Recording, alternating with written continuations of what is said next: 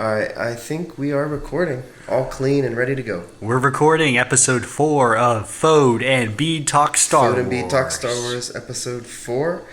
This is our second this week, so we're on it.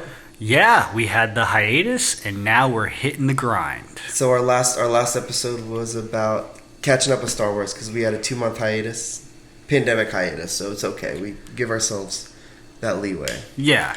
We had a note from our parents that said we were allowed to skip a few months of podcasting. A note from our 13 subscribers. Which half of us are friends. Yeah, well, we appreciate them. And I looked up not the algorithm, I looked up the analytics, and it says the average is like 35 minutes of listening time per person. Yeah? So if you've listened to more than 30 minutes of us speaking, thank you. That's awesome. We actually were talking about it today. We have about 7 hours of us talking about Star Wars now. It's 7 hours in 3 podcasts. Yeah. Which is a lot. It is a lot. But I'm enjoying the heck out of it. I enjoy doing it. You have to dedicate more time to listening to our podcast than you would watching the actual movie. Yeah, well. Because it's longer. I mean, some would say it's like a trial of some sort to weed out the people who are, We're only looking for the most diehard fans. Okay. Well, so what's our topic for today? I had fun last podcast. Yeah, catching up with Star Wars. We actually got to talk about like a broad range of topics because there was so much news to catch up on. There was a lot.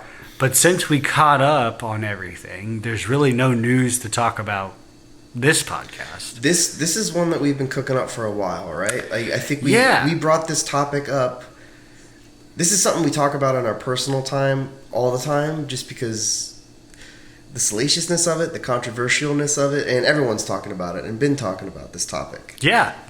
And I think like we always knew we would get to this topic, and we probably felt like it was a good idea to get to it early. I think we shelved it. It might have been episode 2. But we shelved it. Yeah, I think so. Yeah. All right. So what's our topic, John? So our topic is a retrospective look at the sequel trilogy to just flesh out all of our thoughts on it, because we have many thoughts on the sequel trilogy. I think even last podcast we hinted at some thoughts, but we wanted to hold back because there's just a lot to talk about. I've been a Star Wars fan since I was very young, 5, I don't know. Something like that for me. I don't remember. So far back that we don't even remember the age, and we grew up on VHS tapes of the original trilogy. Went to see the prequel trilogy in theaters when they came out. The special editions. Did you see the special editions when they came out in theaters? When it was like the original trilogy, and they like re-released them to see them in the theaters. I think I did. Yeah, I think so. And that was right before the prequels were released. It was like to give you a refresher, and then the prequels, right? Yeah. So it was like 97. Brilliant marketing, Well, it's they're smart people, huh? So that would be 97, 98, I guess, because Phantom Menace is 99, right? Yeah, exactly. So that would make us 10, 11. So I watched the VHS tapes of the original trilogy. I went to the theater for the special editions. Went to the prequels in theaters. So that's our generation. We talked about this before, but the prequel, that's our childhood Star Wars. Yeah. I hesitate to like commit to that though, because it's our childhood new Star Wars. Correct. Yeah. Our childhood official theater, brand new. You don't know. I know what you're right. You're right. But it's kind of hard to call it. Would you consider yourself a prequel baby? No. Yeah, me neither. No. I don't identify with that term. I grew up on Empire Strikes Back. That's what I remember. I think when I was a kid, I think I already said this, but Return of the Jedi I watched the most back when I was a kid. Yeah. And then I got older. I did a little switcheroo. Now episode 4 is my jam. Yeah, we were watching episode 4 today. Pointing out little things, right? Yeah. We are extremely comfortable this podcast. We got blankets. It was a little cold in the house. It's late at night. Yeah. We have plans for the weekend. I didn't even want to do this, to be honest. I forced him to do it, but because it's gonna be bad. But it's fine. It's great. It's gonna be wonderful because we wanted to do this podcast topic for a long time. Yeah, I'm good on this topic. So it's the sequel trilogy. All three movies are out now. We know where it went. I can't say we know where it was going the whole time, anyways. But we know where it started and where it ended. It's over.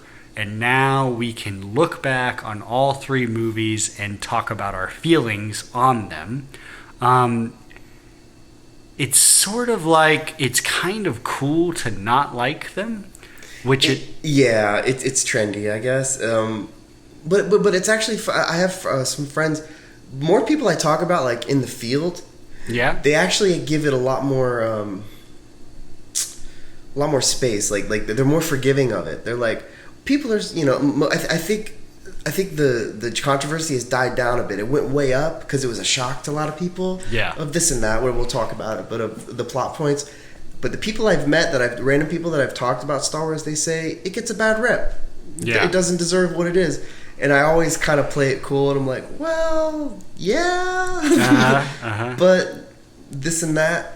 Well, I've got a good one we can start off right off the bat. Is if you had to rate the sequel trilogy on a scale from 1 to 10. I'm about to lose so many. We have 13 followers. I'm about to lose half of them right now. Okay, rank it a scale from 1 to 10. Oh, a scale from 1 to 10? The entire trilogy. Oh, okay. Rank it on how good you think the trilogy is, and you can interpret good any way you want to. But on a scale from 1 to 10, what would you give the sequel trilogy? Does that imply that I'm comparing it to the prequel trilogy and the original trilogy? You interpret it any way you want. Okay. Just as a trilogy of movies in all of moviedom, I'd say it's average. So, what number? So 5. 5? Okay. I'd put it at a 6.5. Okay. Okay. So I kind of cheated because I was able to go off your score. Well, you wanted to be more. So you're going to play politics here and put yourself as the person that's more forgiving, and I'm the asshole. That was pretty manipulative, huh? So why is it a 6? Show your work. Why is it a 6.5 to you as a full trilogy? That's what we're talking about first, right? As a 3-movie set, why is it above average? I think the first thing is that it's a Star Wars. It's a Star War that happened, and I love Star Wars. Right. So it gets lightsabers. It gets some forgiveness. Yeah. I feel that way too. What you're basically saying is you want to like it. Yeah. And so on what level? So you can say aesthetically, like I mentioned Rogue One as an aesthetically beautiful movie. Like there's many levels to liking a movie, right? Right. So you have movies like Blade Runner that are just like these aesthetic masterpieces. And that movie also, the new Blade Runner, the 2040, the new one. It's an aesthetic masterpiece. People get really into it. You saw it? Yeah, I've watched it.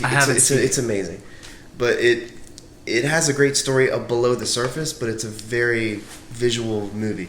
So whenever I talked about the sequel trilogy movies in our other podcast, I would mention the aesthetics a lot. And the movies are insanely well casted. The cast, can we agree on the cast? I think the cast is awesome, yes. Like, if I were to remake all 3 movies, I would choose those same actors.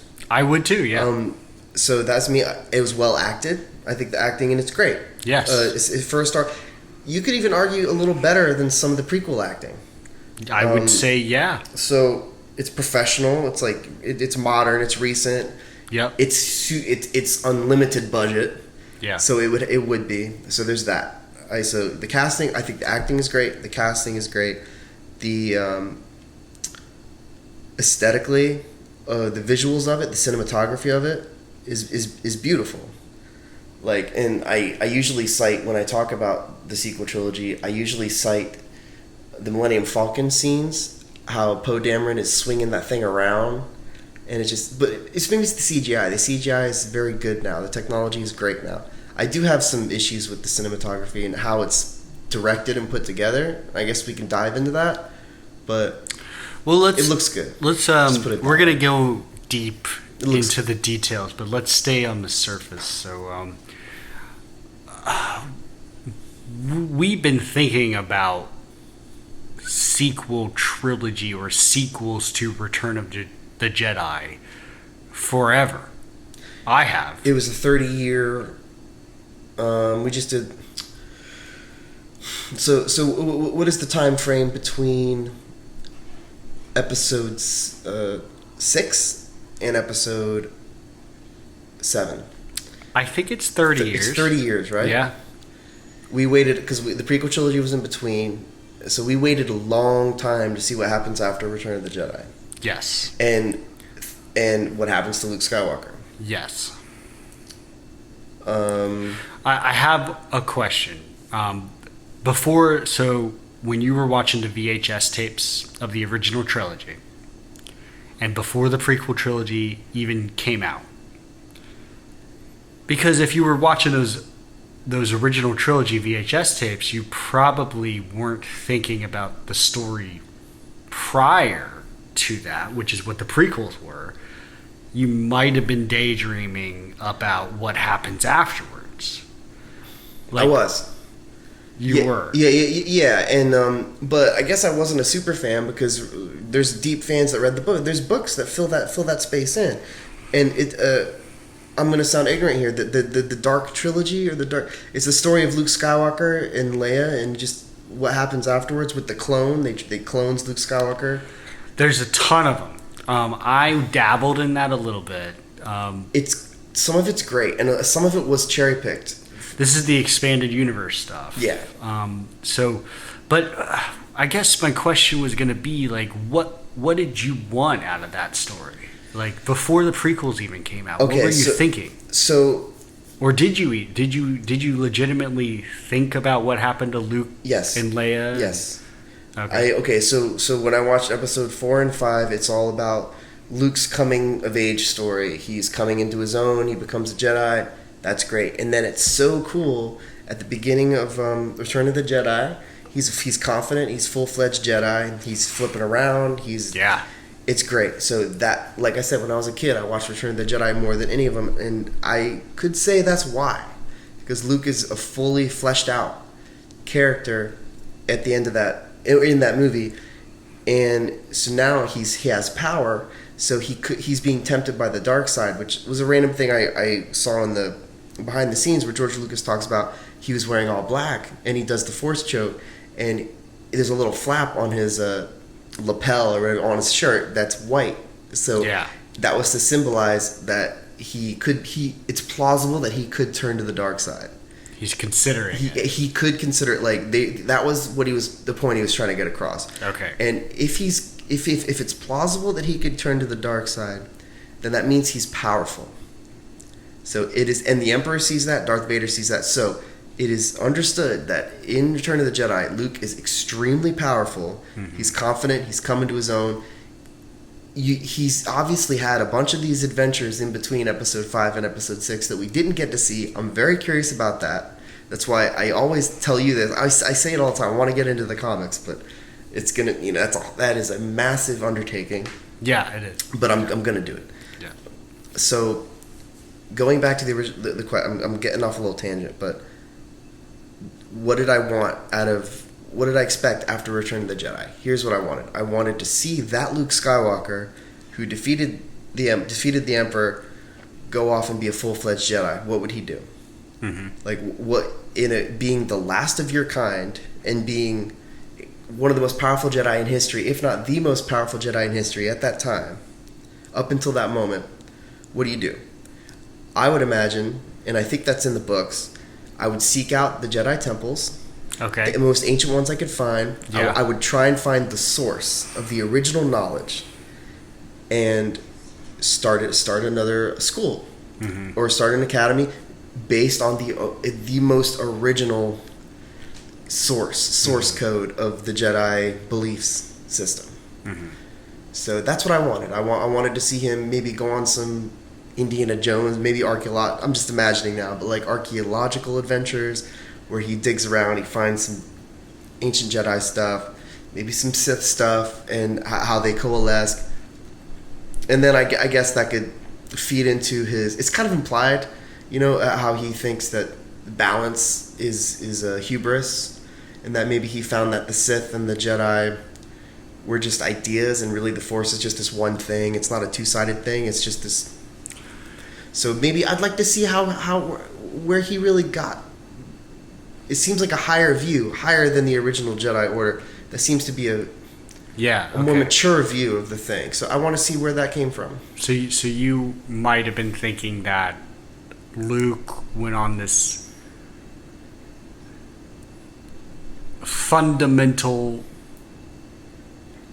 introspective journey about what a Jedi should be, and then also did a school for new people. Like he goes through that first, and then once he's there, he's a teacher. He becomes a teacher. Do you envision back then? Because I mean, this is kind of impossible to really go that far back into your psyche. But like, did you envision that of what movies would be? I never imagined that he would be like he was in The Last Jedi. Never, definitely not. Well, did you imagine those types of stories as a movie? Yeah.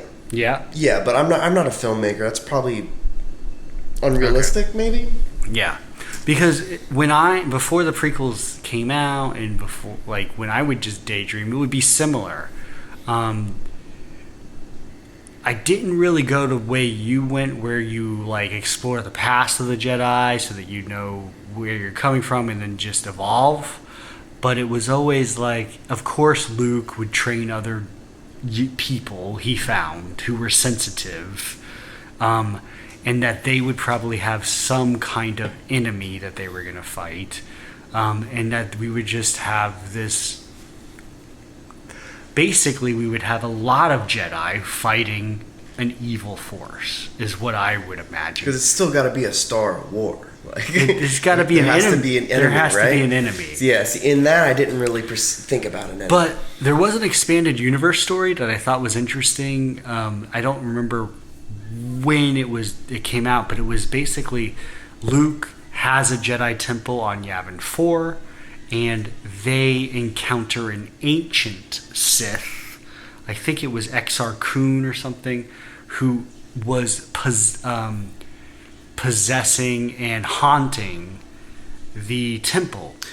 Okay. On Yavin 4. And he was possessing students or something? I don't know if it went that far. Made it. But basically the idea was Luke and his young class of new Jedi students had to defeat an ancient Sith evil haunting type thing. But that's the type of stories I thought we might get when I was very young and I was just daydreaming, right? So let's flash forward. Prequels come out. Revenge of the Sith happens. Lucas says the Skywalker saga is over. Did he say that? Yeah, he basically said, I'm done. It's complete. That's it. Like back in the day, you would get interviews like, oh, I had 9 movies in my head, or I had 12 movies in my head. I think that's nonsense. Yeah, you think he's just talking? Well, I went on in the last podcast about how overwritten Episode 4 is. So maybe, he had a whole universe imagined. Yeah. I don't think he had... The way Episode 4 plays out, it's a standalone movie. It is. It is a totally standalone movie, and Empire Strikes Back was never really supposed to happen. Maybe he hoped, I'm sure he did. And he had a lot of source material. Allegedly the guy spent like a year, and he had just mountains of material that he just came up with. And, Mace Windu was the first character written, like, in the first sentence of his first screenplay, or of his first draft of his screenplay, was about was the character Mace Windu from Baji like planet, like a weird sounding. Yeah, it's almost like another language. He was so out there. But I don't think it was like really fledged movies. He did say about Anakin's Mustafar lava thing. Yeah, I heard that. It was in his head. Actually, that was an interview in front of one of the VHS tapes. Oh, really? Yeah, where he would talk about that, the lava planet battle. But okay, so Revenge of the Sith comes out, and he says the Skywalker saga is over. It's 1 through 6. That is the story. That was his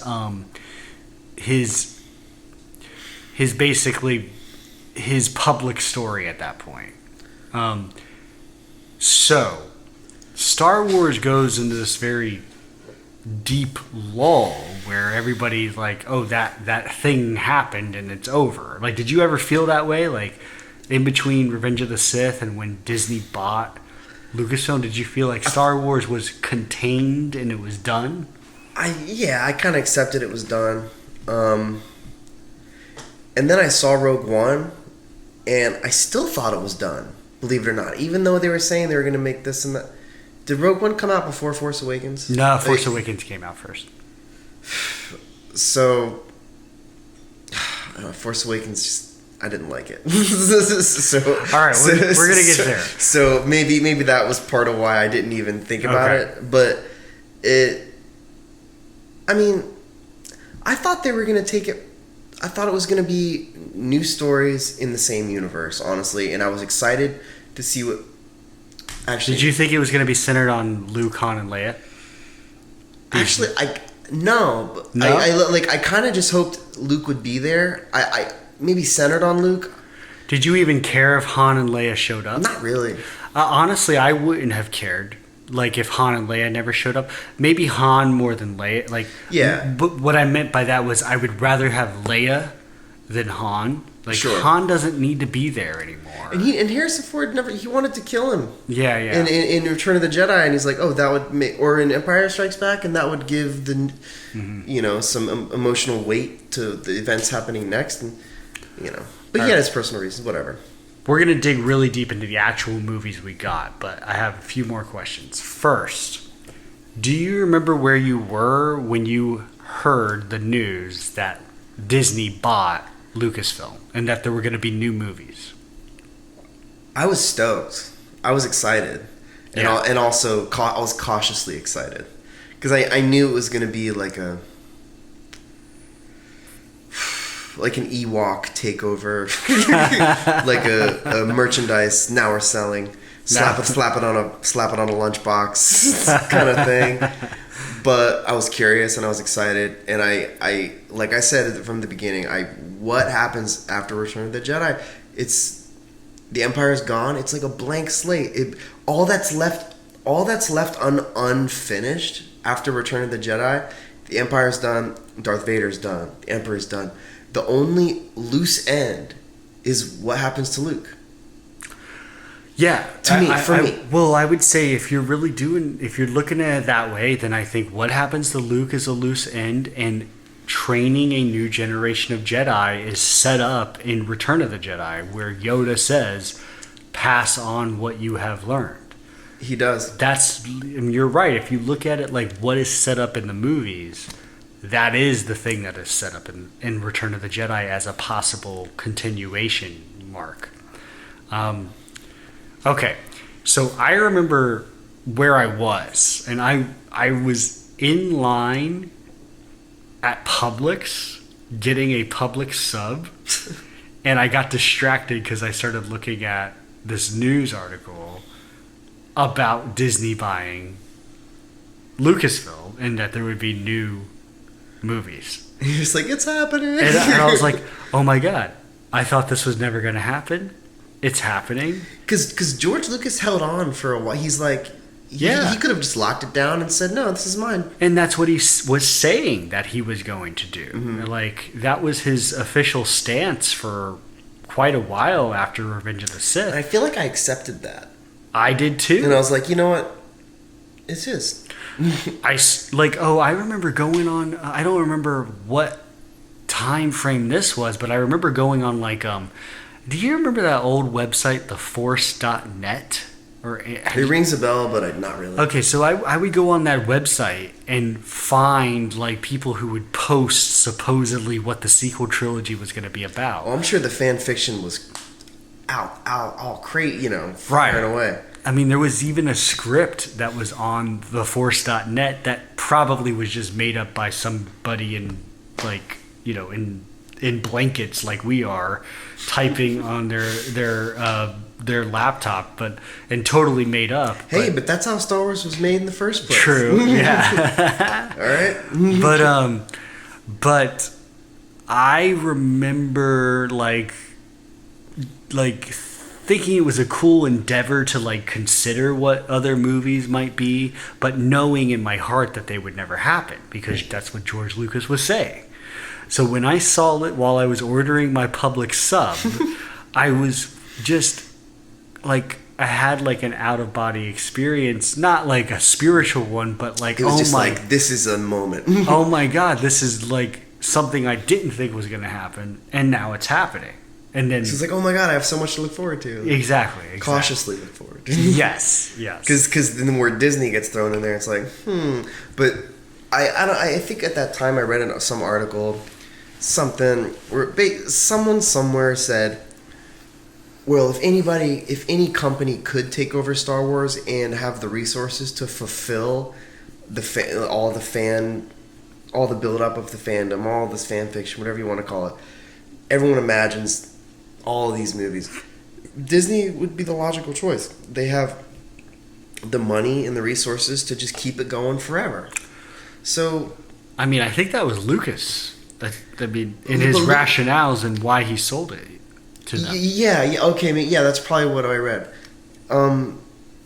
Yeah, Disney is like, so can we talk a little bit about where he was right before he sold it? So he was working on video games. He started the video game company that was doing really well.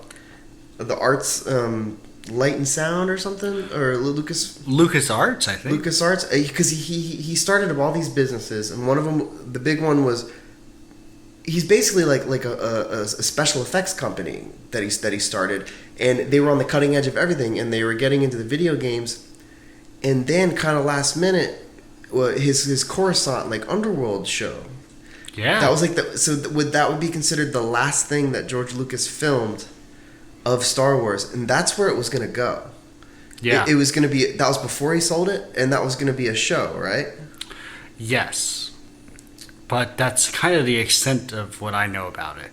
Other than that, there were like, actually, I think that is a more recent news article, but I've heard it before where they had like 40. And some people say 100 scripts for that show written. And like, but that's another thing we can talk about regarding the sequel trilogy.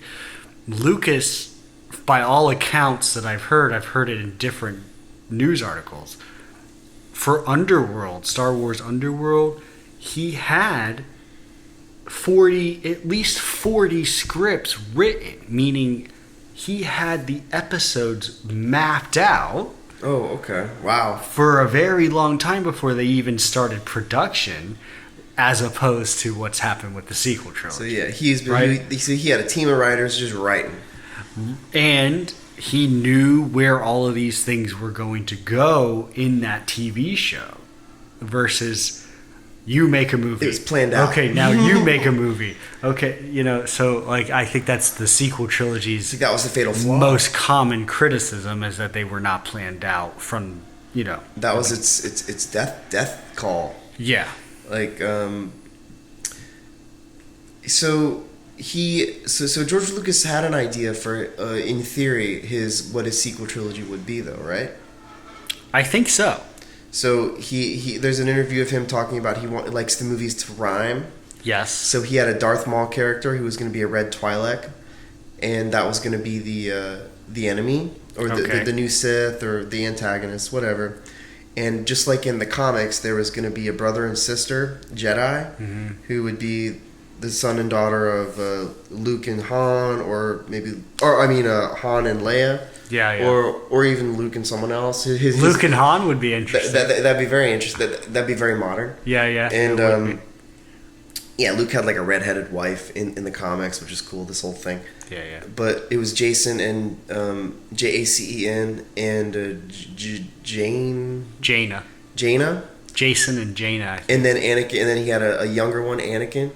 Yep. A third child after it. So it was twins. Jason and Jaina were twins. Yep. And then he had Anakin later.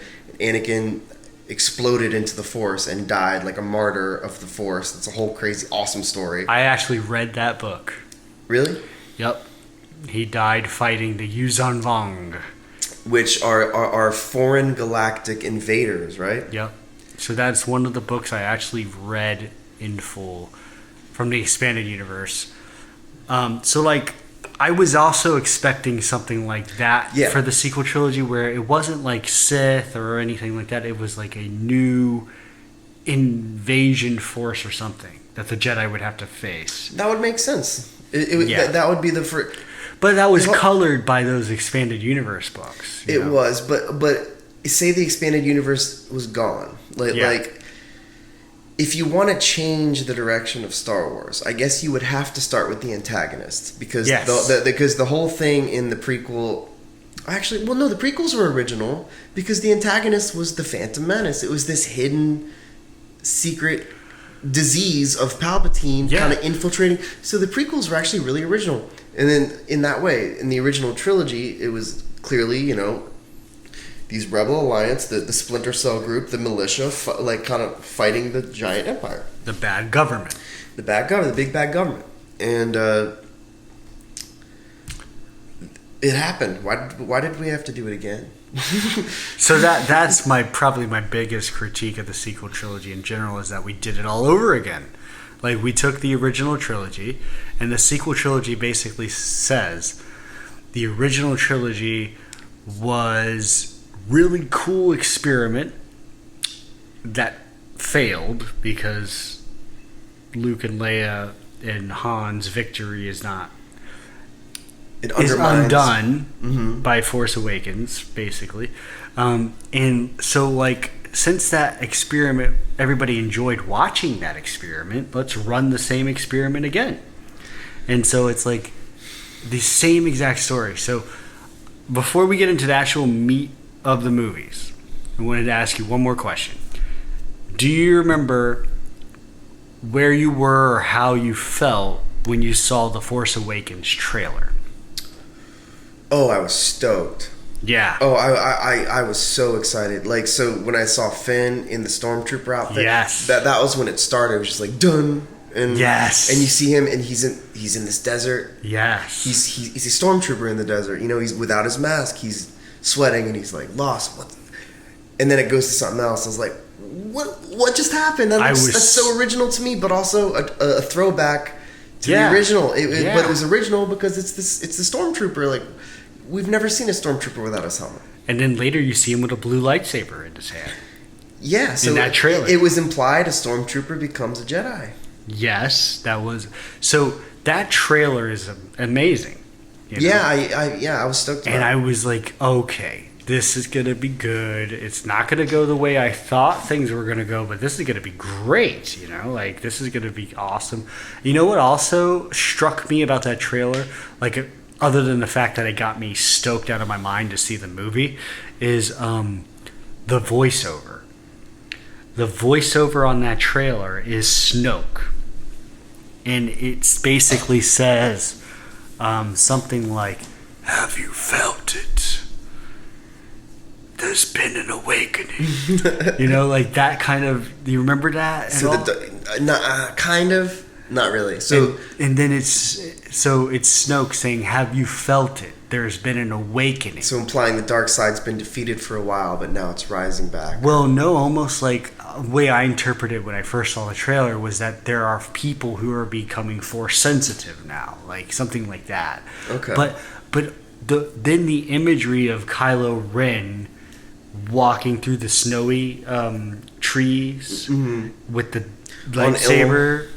Well, I don't know. I guess it is Ilum. It's Ilum. Because it's Star Killer, and you say Ilum is Star Killer, right? So in the Star Killer base, the reason it's on that planet is because that's where the Kyber crystals were. They mined out all the Kyber crystals. Okay. And it's a snow planet. Yeah. That would have been cool to hear in the actual material. But. I think what they did was they stole the idea of Ilum as an aesthetic thing. Yeah. And the Kyber crystal thing, and they just ran with that idea without any. But the whole concept of Ilum as a Jedi rite of passage and that whole thing hadn't really been fleshed out. Right. So he just took that and he made it his thing, and then he blew it up. Well, okay. And by his own thing, I was a rehash of Death Star. Going back to, you have this dark, gravelly voiceover on that trailer from Snoke, and then you see this hooded dark side warrior who is Kylo Ren now that we know, but has this red, crazy looking lightsaber and he ignites it. It was original looking. It was cool. That was original. Looks like a long sword. Yeah, and so when I originally saw it, my mind went to there was an MMORPG for Star Wars called The Old Republic, and there were theatrical trailers for it. So like trailers for the video game, but that were animated but looked almost like a movie, like really close to live action, almost like how Clone Wars looked in season 7. Did you see any of those? There's one where no.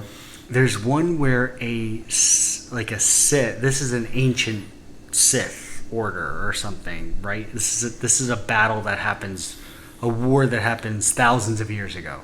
But there's one where they fly a Sith spaceship into the Jedi Temple on Coruscant, and this smashes into the temple, and it lands and it opens up the bay doors, and you just see 100 red lightsabers light up, and they storm the temple, right? You got to watch those if you've never watched them. That sounds. I've watched some of the Knights of the Republic stuff, kind of like the Kreia. Yeah. The thing, it's just that weird philosophy of her, and how she was this dark side, light side, purple saber floating blind. Yeah. Thing, but. Well, honestly, that's not even Knights of the Old Republic. This is a different thing. I'm going to show them to you. Okay. But the voiceover sounded like it was emulating the same dark Sith Lord voiceover on those trailers, and so my mind went to, whoa, this is going to go into some ancient dark side lore or something. And that's just where my mind was going to go. Yeah. And everyone, online, everyone says, oh, we want a Knights of the Republic movie. Oh, we want a Knights of the Republic this. Oh, we want to see Darth Bane or Darth Nihilus. Yeah. Oh, we want this, we want that. Those games made such an impact on the lore. Yeah, it did. It was a huge impact on the lore, and which is surprising because it's thousands of years in the past. It's like the ancient Rome of Star Wars, or the ancient Greeks of Star Wars. Right. So back when there's no rule of two, it's you learn about the origin of the rule of two and why, and there's just lightsabers everywhere, just throwing them around it's not even. You get special. a lightsaber. Yeah, you get everyone's force sensitive. Everyone's fighting. Well, I guess the point is I thought this movie was going to be extremely original because of two things. One was the stormtrooper Fenn. That got me for sure. That got me totally. I just had You just took me back to that place. Yeah. And, I was stoked. That trailer is amazing. And then the other one was oh my god, this is going to probably only hit me that way because of my exposure to those other things, the theatrical trailers for those video games. But I thought it was... Oh, and the line that says, there's been an awakening. So that idea of all of a sudden across the galaxy, this is how I interpreted it. All of a sudden across the galaxy, all these people are getting force powers. That's how I interpreted it. So I thought, whoa, this is going to be really something cool. You're going to have to deal with the galaxy getting all the different people with force powers, and there's a stormtrooper for some reason. That's the hero. Like, this is going to be awesome. Yeah, it seems like it'd be nuanced, and Yeah. which is what Star Wars. Star Wars has always been so binary. Yes. And a more modern take on things is nuance. It's not all bad, not all good. That's why I love like the Miyazaki movies and the Ghibli. Like the bad guy in all of his movies is you can identify with the bad. He's not really bad. Yeah. It's just nature versus industry or this. It's never there's never an antagonist in those movies. Yeah. So That's why I was hoping a little more nuance. And it seemed like it was going to be nuanced from that trailer. I mean, it seemed like a new premise to me. One could argue the whole character of Kylo Ren was their attempt at I hope we don't forget to talk about this, because to me, okay, my short preamble to that is that I don't understand Kylo Ren. Like, I get that he's cool because he's drawn to the light and he's on the dark side. He's drawn to the light, but I just don't I've never ever understood any of his motivations for the most part. I still like the character because it's Adam Driver and he's awesome and he's got this cool helmet and he's got this cool voice, and even when his helmet's off, he's kind of cool and he's got anger issues. But like, I don't understand what his motivations are, period, ever, throughout the whole trilogy. Well, so Kylo Ren, like, first off, on a surface level as a character, it was cool to see like an unhinged, kind of unpredictable Sith, and like a not, the way he throws his tantrums. Yes, and that he's a juvenile like Sith, like he's a fledgling Sith, like because we're used to Darth Vader. It's the complete opposite. He was stoic, he was sarcastic, and he was always in control. He was foreboding. Mm-hmm. Kylo Ren was kind of the opposite, but trying to be that, and which they say in the movie. Yeah, he's trying to be Darth Vader. So I think he was original in that way. It was cool to see a Sith, an up and coming Sith.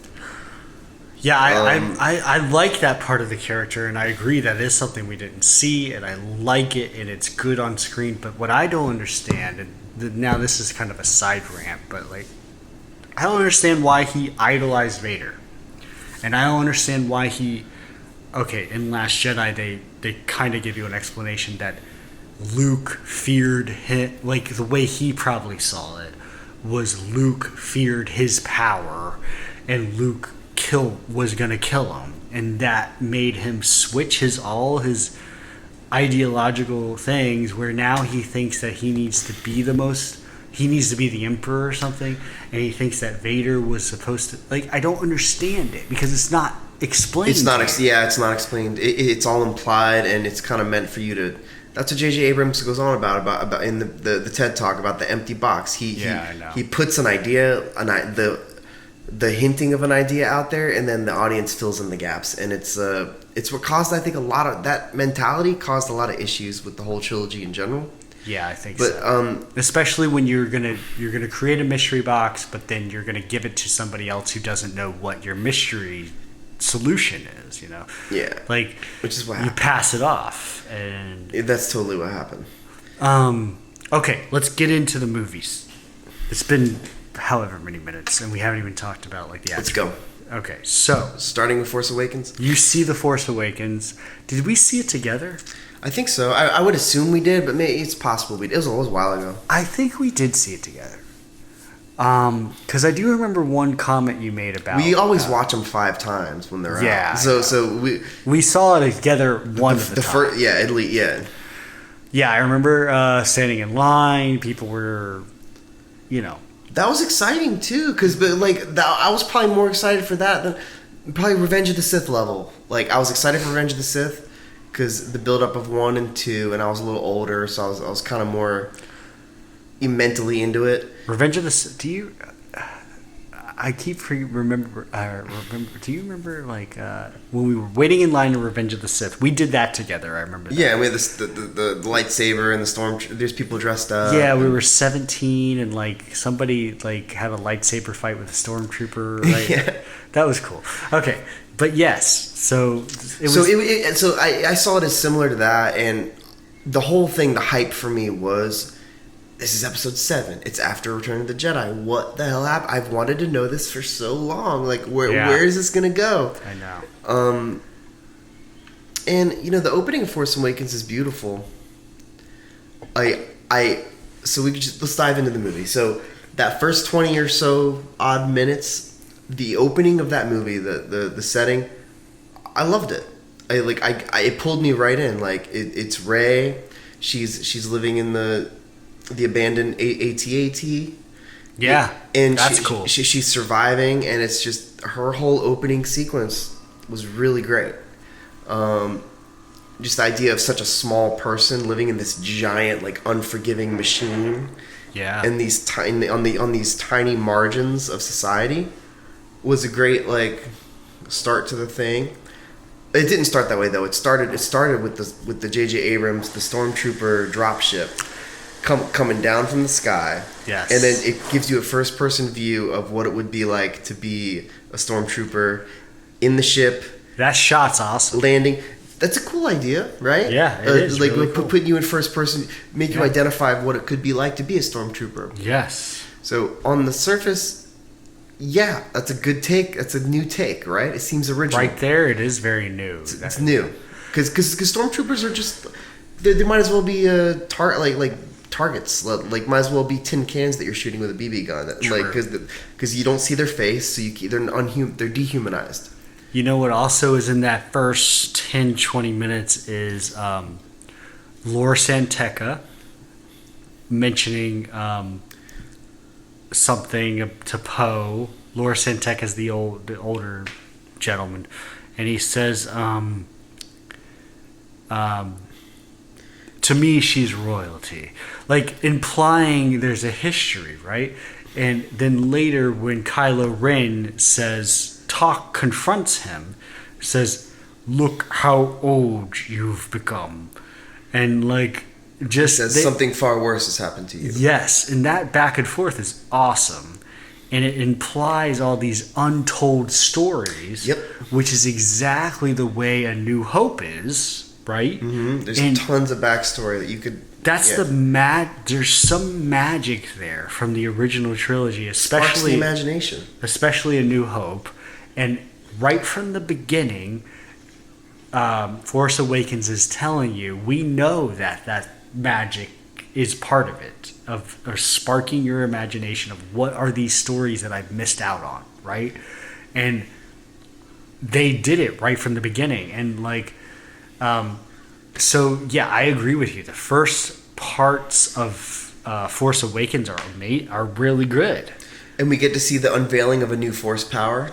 Yes, freeze. When I saw him freeze that laser in midair, that was like what? Yes. And then it's reflected what the audience sees in what Poe sees, because as they're dragging Poe gets frozen, and then as they're dragging him, he looks at the laser like, what is that? Yeah, it's crazy. He's like going bonkers. Like, what is going on here, man? Yeah, he reflects what you're seeing. Like that's awesome. Yeah, and it sets Kylo Ren to be this foreboding villain. Yeah, right. So like I gotta give a shout out real quick, because I do listen to a lot of podcasts, and so like Mark Fernandez from Rule of Two, which is a different podcast, has said the same thing that we're hitting on. Okay. Where like the first 20 minutes of Force Awakens is amazing, and he loves that whole exchange with Laura Santeca and Kylo. Oh yeah. But he says that when Han Solo shows up is when the movie goes downhill for him. So, what do you think about when Han shows up? Like, are you still invested in the movie when Han shows up? That's when it becomes Guardians of the Galaxy. Yeah. I thought that for a while, but then I remember you said you liked that scene, and I think we watched it recently, and I realized I do like that scene when the you get to see what Han's been up to, and it's kind of a return to form with Han. It's how Han you imagine he was before he met Leia in the events of Episode 4. He's smuggling, and he owes money to this clan. He owes money to that clan. He's going over on this guy to pay off this guy, and he's paying off debts and this whole thing, and he's trafficking, he's smuggling. Right. So it was cool to see kind of Han in his element there, and then you have the whole. That was a cool scene. Well, like one of the things I remember you saying after we saw it was like I thought and I actually, when I came out of the movie, I was probably complimentary, but there was always something inside me that said, I don't know if I really, really liked it, but I wanted to like it. It's probably like... Yeah, no, Star Wars will always get the benefit of the doubt for me. Like, it's just... It's history for me, and I'm sure that's not... Most Star Wars fans have probably felt that at some point. Want to like it. Like, I think I felt it at some point in Phantom Menace, and I was only like 11 years old when I saw that movie. But when I remember sitting in Phantom Menace during the original like first scenes and thinking, this is not what I was thinking it was going to be. Like it was more original. Like it was more colorful. It was a different. Like, it was which different. Is so it's like the opposite problem. Right, like the opposite problem at the Phantom Menace was I felt in it like I was in an alien universe at first in the Phantom Menace. Yeah, it's like you might as well be watching Guardians of the Galaxy or Star Trek or any other sci-fi. Yeah, Force Awakens, especially when we get to Starkiller Base being a third Death Star, which is really where it kills me. Like that's unforgivable. Loses me totally in that third act. The Force Awakens really bombs for me in that third act, but it was too familiar. Like, so anyways, I came out of the theater thinking, I think I liked it. I want to like it. I'm gonna say I liked it, but honestly, there's something weird about it that I don't like. My way of talking about it was that it was hollow. Hollow. I remember you saying that. That's what I said over and over again. I was like, it was hollow. I remember you saying that. It was all like, I didn't really understand what I meant, but now that I think that whole thing with J.J. Abrams and the implied thing, it was they never committed to an actual narrative. Like, it was all an implied. It's like, oh well, it could be this or that. Yeah, I think, and it's up, and you fill in the gaps. I think you're hitting the nail on the head. It never committed. And when you used to say it was hollow, I would be like, I think I was ready to defend it because I was like, I wanted to like it.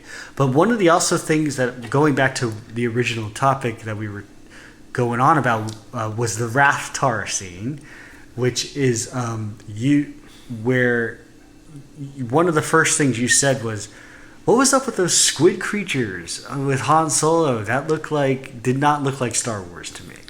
And I remember you saying that when we got out of the theater. Do you remember saying that? No. Okay. Well, anyways, so... But I've probably said it since then, because I mentioned that Han scene. Probably if we talk about the movie, I usually go there. But I do like that scene, and I like it because it's Han and Chewie on an adventure against these rival gangs, and they're doing some weird stuff like smuggling exotic creatures. Give me a trilogy of that. Yeah, give me a trilogy of that, but with Harrison Ford as Han Solo. Yeah, because Harrison Ford is Han Solo, so don't try to give me an Alden Ehrenreich trilogy.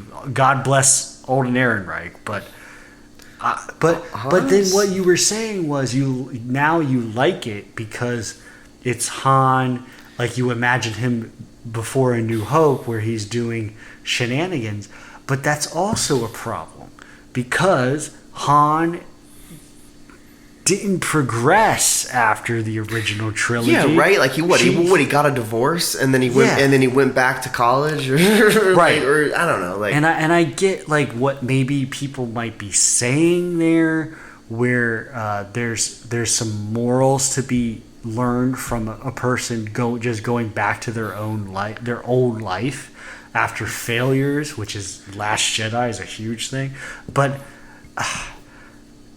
that's also just probably bullshit moral high ground where really they just wanted to give you a Han Solo smuggler guy instead of Han Solo, I'm a responsible dad guy. You know, where like they didn't want to actually progress the story. They wanted to go back to the original trilogy. Well, I think what they were probably trying to do is reintroduce Han as the original Han. That's what I'm saying. Like, so that was like his reintroduction, and yes. they're gonna introduce him as the smuggler as the original. So I think that was the intent of it. It was like, okay, we're bringing Han back into the story. Let's give him an intro, and the intro is, you know, he's talking to this one clan, this other clan, the smuggling, you know, this that. He's you know, that's original Han. So we start there, and then we take it from there. So, yeah, because he becomes fatherly too with Rey, which he evolves. Sort of like unnecessary because like why would he? And it was vague. It was vague. Everything about JJ's movies, yes, are vague. Yes, Rian Johnson is quite the opposite. I mean, I don't know. I won't commit to that. Yeah. I'm sure there's exceptions in his movie. I got to think about it. Well, but let's stick with Force Awakens. For me, so I remember being in the theater initial viewing, and I'm not BSing. Like, I remember this. When Poe, and I guess the whole round table of the Resistance, is trying to figure out how to tackle Starkiller Base. And, yes. And then they say, somebody says something like, it's another Death Star. And Poe goes, no, this is the Death Star, and it shows this circle. It's this big. No, it's this big. This is Starkiller Base, and like I like laughed in the theater. That was the moment, probably the moment for me where I was like, it definitely was big the sigh moment out of me for sure. I laughed, like enjoying myself in the moment of the laughter. I sighed. But then I realized, no, this is not good. Like. So that is what cements Force Awakens as unoriginal, where we have the Starkiller Base and the whole third act, and this attack on Starkiller Base with the X-wings is just the most boring thing I've ever I can't even. I don't even remember it. I don't even watch it. Like if I'm watching Force Awakens, I'm like cleaning my house, waiting for maybe the forest lightsaber fight, because the lightsaber fights, it's aesthetically good to watch. Aesthetically, it's okay to watch. Yeah. It's an emotional. It's very intense. But I can't believe they did that shit with a third Death Star. So like, anyways. Yeah, the battle is very weak. Yeah. I like because when you mentioned the battle, I can't even visualize it in my head. It didn't even make a remote. I forgot it was even there. What I do remember is Han doing the light speed jump into the atmosphere. I remember that being like a kind of new. Yeah. Oh, that's crazy kind of thing. I don't remember them even attacking anything. So, yeah, I don't remember. I hate that Battle of Starkiller Base is so boring, and I will rank Force Awakens, like, now that I've sat on it for several years, I will rank Force Awakens as the lowest Star Wars movie, with maybe Solo behind it, but maybe Solo on top of it. And I don't hate Solo. I come close to hating Force Awakens. I could, because Force Awakens should. So the expectations for Solo were not the expectations for Force Awakens. Correct. Because like we just spent the past hour talking about. We did, yeah. our anticipation. Yes. We waited 30 years for this movie. I know, yeah. We didn't wait 30 years for a Solo side mission. You're absolutely right. Yeah, that's why. So Force Awakens disappoints me so much. So like, and people loved it when it came out. And like general consensus. Oh my God, Star Wars is back. Yeah. So here. Okay, let's move on. Are you ready to move on? I'm very ready to move on. Okay, Last Jedi. Well. Okay. For the end of that movie, though, so Kylo Ren kills Han. Yes. And then there's a ton of emotional intensity. Yes. Then we have Finn and we have Rey, and it was kind of like, who's going to be the main character, right? Okay, and I can see that. And then they're both kind of confronting Kylo, and Kylo just killed Han. They kind of are both have a connection with Han in a way, but it's superficial. You never really see them. They more so with each other, and they carry that through the next movies, right? Well, and Finn's left on a big cliffhanger. Is he gonna be? I guess they say he's gonna be okay in Force Awakens. I think they say that. It seems like they wanted to have the option for the next movie to either kill him off or keep him going. Yeah. They wanted to leave it open so they could go either or, depending on what the market feedback was. Yeah, that's my very cynical. Which guess. I think is totally true. And with Rey, so Mark, I'm gonna try and make this quick now because we're going too long. Mark, how long have we been going? But we're okay. I don't know. I don't need to worry about that. It's okay. Yeah. Let's just do this right. Okay. I thought about that a little bit earlier, and I was like, you know what? Just roll with it. If it's long, it's long. Because I almost thought about bringing up, maybe separate this into 3 podcasts for each 3 movie. But no, let's just do this. It's okay. So last thing with The Force Awakens, just like, so Mark Hamill brought up how when you see the lightsaber getting pulled out of the snow. Yes. And he's like, that's the point where I come in, right? Yeah, he's like, that's the point where Luke saves the day, That would have been a good point. Like, it's the throwback to Empire Strikes Back where he pulls it out of the ice. And it passes Kylo and it goes to Rey. So Rey was just, that's the moment Rey is passed the torch. Yes. And then she beats him but doesn't beat him. Yeah. Again, hollow, no commitment. That's I mean, you really. I love that you use that word, and then the fact that you explained what it means. Because when you used to say that, I agreed with you. I just didn't know what it really meant. But the fact that they don't commit to anything, except blatantly copying A New Hope sometimes. And there's an argument there's a good argument for why they did that. I understand why they did it. So you're trying to bring a new generation of Star Wars fans. Well, how do you do that? You give them their own Episode 4. But that's not going to work the next time you got to do it. The next generation you got to do it. Yeah, so the next trilogy, we're going to have a bigger Death Star. We're going to have a sun. Or that shoots things down. We're going to kill 10 planets at a time. No, they already did that. They have a whole fleet of Death Stars in Rise of Skywalker. And that was a desperate move.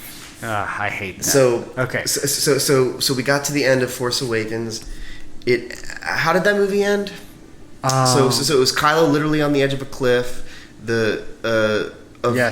He's injured. Snoke says, "I'm going to complete his training." And about Kylo, I like that he's a fledgling Sith. I like that he's not Darth Vader, who's just seemingly ironclad. Yeah. He's a new fledgling Sith, a Sith in training, right? That's cool. Yeah. He's left on the cliff. Rey and Finn escape. One thing that I hear now more than ever, but like since Force Awakens came out, because there was a ton of like overwhelming support that Force Awakens is the best movie ever since whatever. And they were saying that for they're consistently after. We're gonna get The Last Jedi right now, but yeah, after the whole Last Jedi situation that just polarized the audience in such an intense way that people sided on Force Awakens like it's this great movie, and I just could not understand it. I mean, there's people that I listen to on these podcasts that still have Force Awakens very high, and God bless them, they're entitled to their opinion, but I don't understand it. To be honest, when I watch Force Awakens, there's a few little highlights that we already talked about with Kylo Ren talking to Laura Santeca, and it's mostly in the first act, right? Mostly in the first act, and it's also only because I put my own backstories on those scenes that don't actually exist. You did the work. Yeah. So other than those highlights, I am bored. I'm bored when I watch Force Awakens. the environments of Force Awakens are the same environments from the freaking original trilogy. It's a barren Sahara desert. It's Tatooine. Yeah. It's the Ilum. Okay, you have Starkiller Base is yep. Hoth with trees. Yep. Jakku is Tatooine. Dakar, which is where the Resistance base is Ireland. And Maz Kanata's planet is Ireland too. It's the same. It's the Irish cantina. and Octo is a cool. I like Octo. Octo is a good location. Yeah. I will admit that. But so anyway, I'm bored when I watch Force Awakens, and there is no other Star Wars movie, including Solo, that I feel that way. I'm not bored when I watch it. Solo's more engaging, but because it's a different tone, right? But like we said before, it's different expectations. So I'm trying to put the expectations thing aside. You're totally right. I mean, we have so much baggage going into The Force Awakens. Yeah. But anyways, like I was surprised that everybody felt like this is a great movie. But what I was getting at was what it really did well, and what I think most people would agree that it did well, is to tee up Last Jedi and get hype going. That seems like the whole point of it for Last Jedi, because they knew it was going to be a trilogy going in, so they could make it a huge cliffhanger, and they did. They did a literal cliffhanger, and you have Luke literally on a cliff, like, and now you're like, okay, well, we know who the new characters are, and they're about to encounter the old characters, which is Luke. I mean, yes, they encountered Han, but he's dead now. So, were you excited going into Last Jedi? I was. I'm gonna do a quick pause. Yes. And then we're gonna go into Last Jedi. Okay, good. All right. Last Jedi. We just took a break. All right. Next movie. All right, Last Jedi. We just aired our dirty laundry about Force Awakens. Do you feel good about that? I don't have much to add. If you have any last words. No, I guess we should move on. You feel good about it? I feel good about it. Yeah. So we can always do another one. We can, yeah. There's nothing stopping us. True. If we have a lot to say, we should say it. All right, Last Jedi. Did you... Force Awakens, we talked about the fact that it probably accomplished its job to hype us all up for Last Jedi. Well, Force Awakens hyped us up for Last Jedi. So big cliffhanger. Yes. We meet Luke Skywalker at the end. That is a huge yes. Right. That's what we wanted. Yes. That's what Episode 6 set up, like what you said. And we had to wait an extra movie to meet Luke Skywalker. And in hindsight, like that maybe would have been good because you needed to set up these other characters. It's logical. And now you get into the story that was originally set up in the original trilogy. That's a big fear. You don't want the old characters to overshadow the new characters. And with The Mandalorian, they talk about that a lot with the Boba Fett thing. So, okay. So Last Jedi, it starts off, so we have a new director. Yep. New actors? Not really, no. It says a new director, new story. They let the director write the new story. J.J. Abrams presumably he made his one movie. He's not going to make another one. Mm-hmm. It was going to be J.J. Abrams, then Rian Johnson, and then Colin Trevorrow. Yes. That was the original plan. Yep. So, Rian Johnson doesn't seem to like J.J. Abrams all that much. Now, that's salacious. That's a. But it's heavily implied in the events of The Last Jedi, especially with the helmet. Yeah, well, the helmet is like a tug of war match with Ryan and JJ. But so we started our discussion of Force Awakens with what do you like about it, and I opened up with the cast, and I love the cast. I love the acting and aesthetically. So Rian Johnson's directing and whatever you want to call it, like pretentiously aesthetic sensibility. I like it a lot better directing wise as a director. And I don't... That style. I mean, I don't want to be boring where we're the two people on the podcast that agree on everything. I hope that's not usually the case. But I agree. We don't agree on everything. Good. I don't want to agree with you most of the time. But sometimes I have to, because cinematography and visuals of Last Jedi. And we have it on right now as reference. Yes. Yeah. It's beautiful. It's a beautiful movie. It's good. It was this movie, as far as, what's the Rogue One timeline? When it came out? So Rogue One came out after Force Awakens? Yes. And then Last Jedi came out after Rogue One? Yes. So maybe, we went on about I love Rogue One visually and the whole, I love it. Yeah. Maybe it was an influence, maybe, probably not. I don't think so, but it's definitely like if you watch Last Jedi versus Force Awakens and now Rise of Skywalker, it's a different color palette or something, where it's a different signature where you can tell that this is not the same. It's more unique, yeah. And it's sharper. Or Last something. Jedi's got a lot more red. Yes, it's got red on the Hoth, quote unquote, the salt planet. Crate is like Crate. Crate in Snoke's throne room. Snoke's throne room, a lot of red. Yep. Crate in Snoke's throne room is where I think you get to see the cinematography really apex and really like explode, and it's kind of like that is the color palette of Last Jedi, with the red. But so visually, you're saying you like the way it looks. Yeah.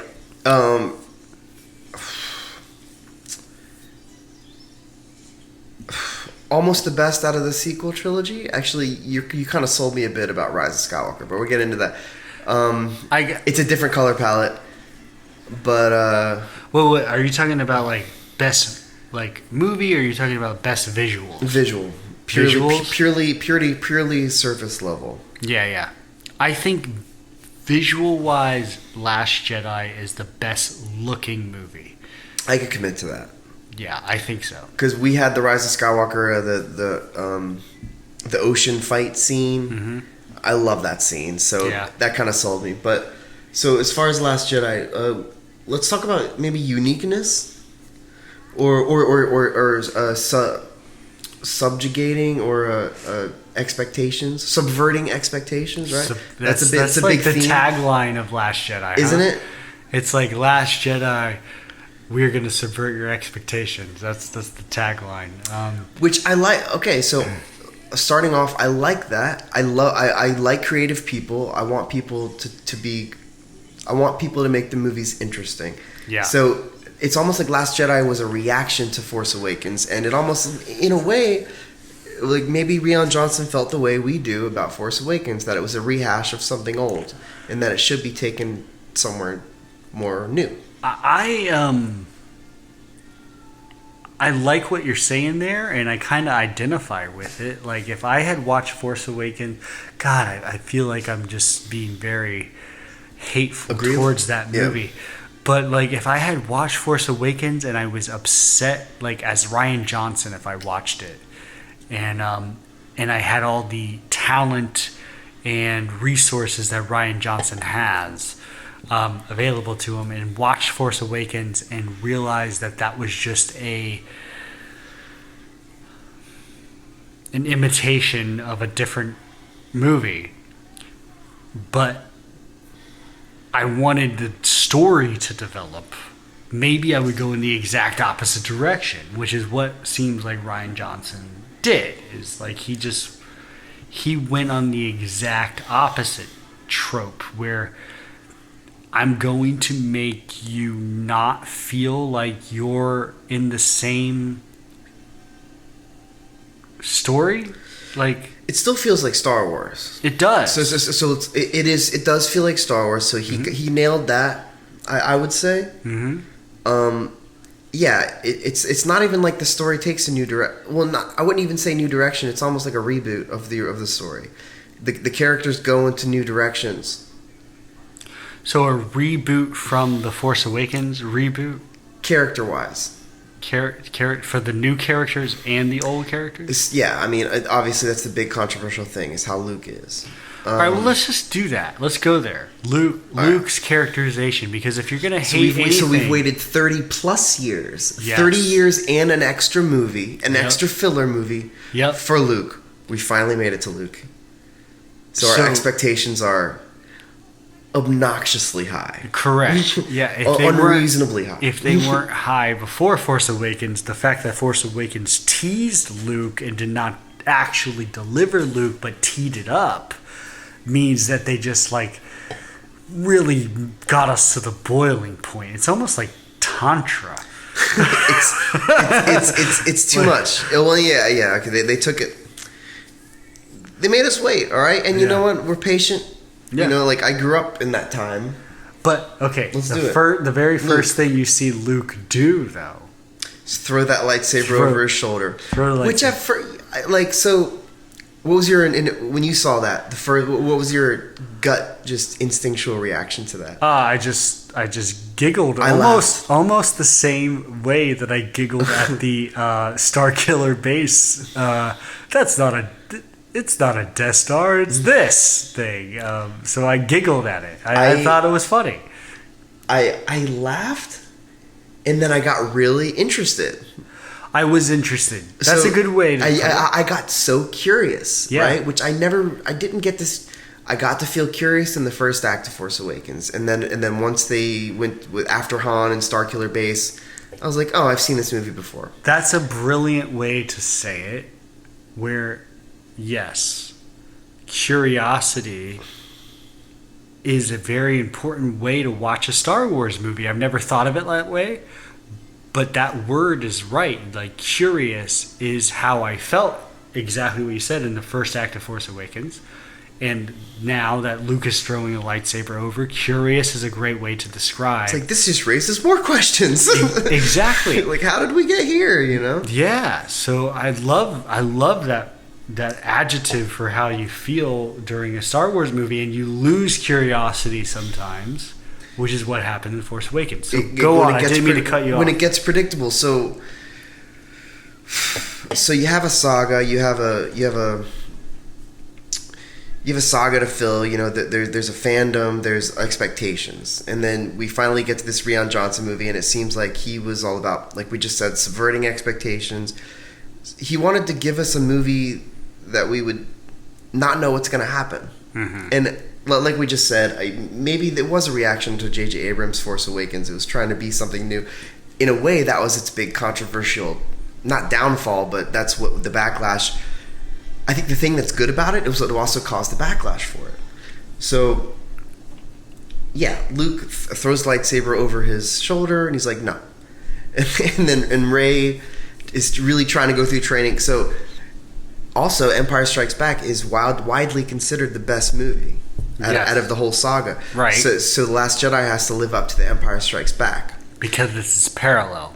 It's a parallel. And they could have just said I have to live up to Attack of the Clones and not feel so much pressure. You know? That would have been a whole different thing.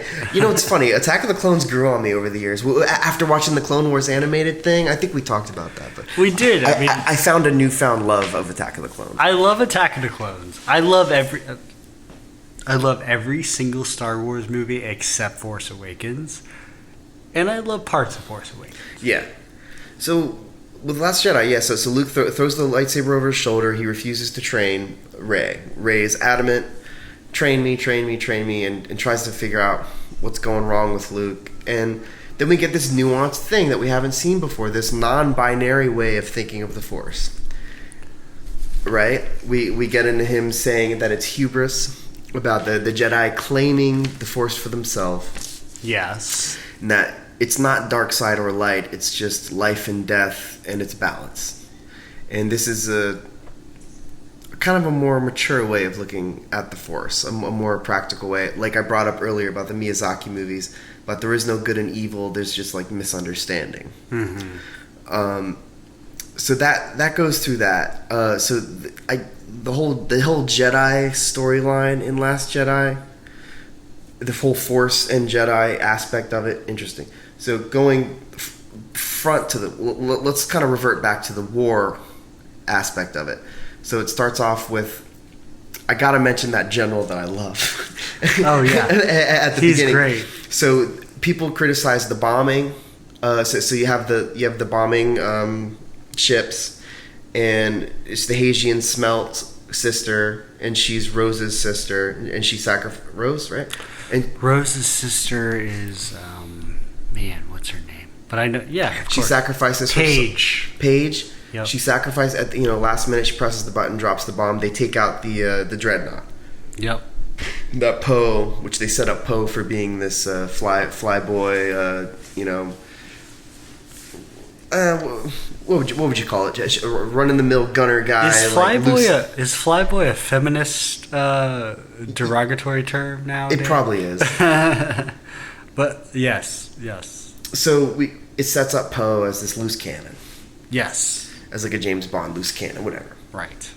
Or a cop, So they drop the bombs, they blow up the dreadnought. But I liked that the general on the dreadnought, where he's like, I think his name is General Kennedy or something like that. Kennedy. So that's like the most, he died in that moment. Because I remember I said, that's the most talented Imperial general I've ever, or not Admiral, whatever, Imperial captain of that ship I've ever seen. And you're like, well, he died. No, he's not. And I was like, well. He lost. He did lose. But what I loved about it, he's just like, Poe comes up, and he's trying to clear out the surface cannons, and he knew right away. He's like, he's not trying to attack us. He's trying to clear out our surface cannons. He already knows what's going on. And then when they're saying, oh, now they're coming to attack us, he's like, of course they are. Yeah. He's just ahead of the game. I have yet to. He's ahead of the game, but he doesn't do anything. But he fails. But he was up against some bad odds. But he seemed like a more competent, because like the Imperial guys in the other movies, they seem like they're always playing catch up. Yeah, they're always a little like ignorant, or and then the other. He seemed like actually really competent. He almost seems like a spectator of the movie. Yeah, he's kind of speaking. Yeah, there's a lot of meta. There's a lot of meta going on in Rian Johnson. I love that character, but like he's almost watching the movie and like, why isn't the First Order doing this, and why isn't the First Order doing, like, basically heckling the First Order, or heckling JJ from like the movie theater seats. But like I love that character too. So he goes, and then in a way this could have been Leia's movie, right? Because we had been waiting to see more from Leia. Leia in this movie is awesome. I love Leia in Last Jedi. She's very stylish. She's got that black dress going on, and she's slapping Poe and trying to give out life lessons. Yeah, she's Leia at her most evolved, most best. So in Force Awakens, Leia is just like, oh, Han, she's like a side character. She's not.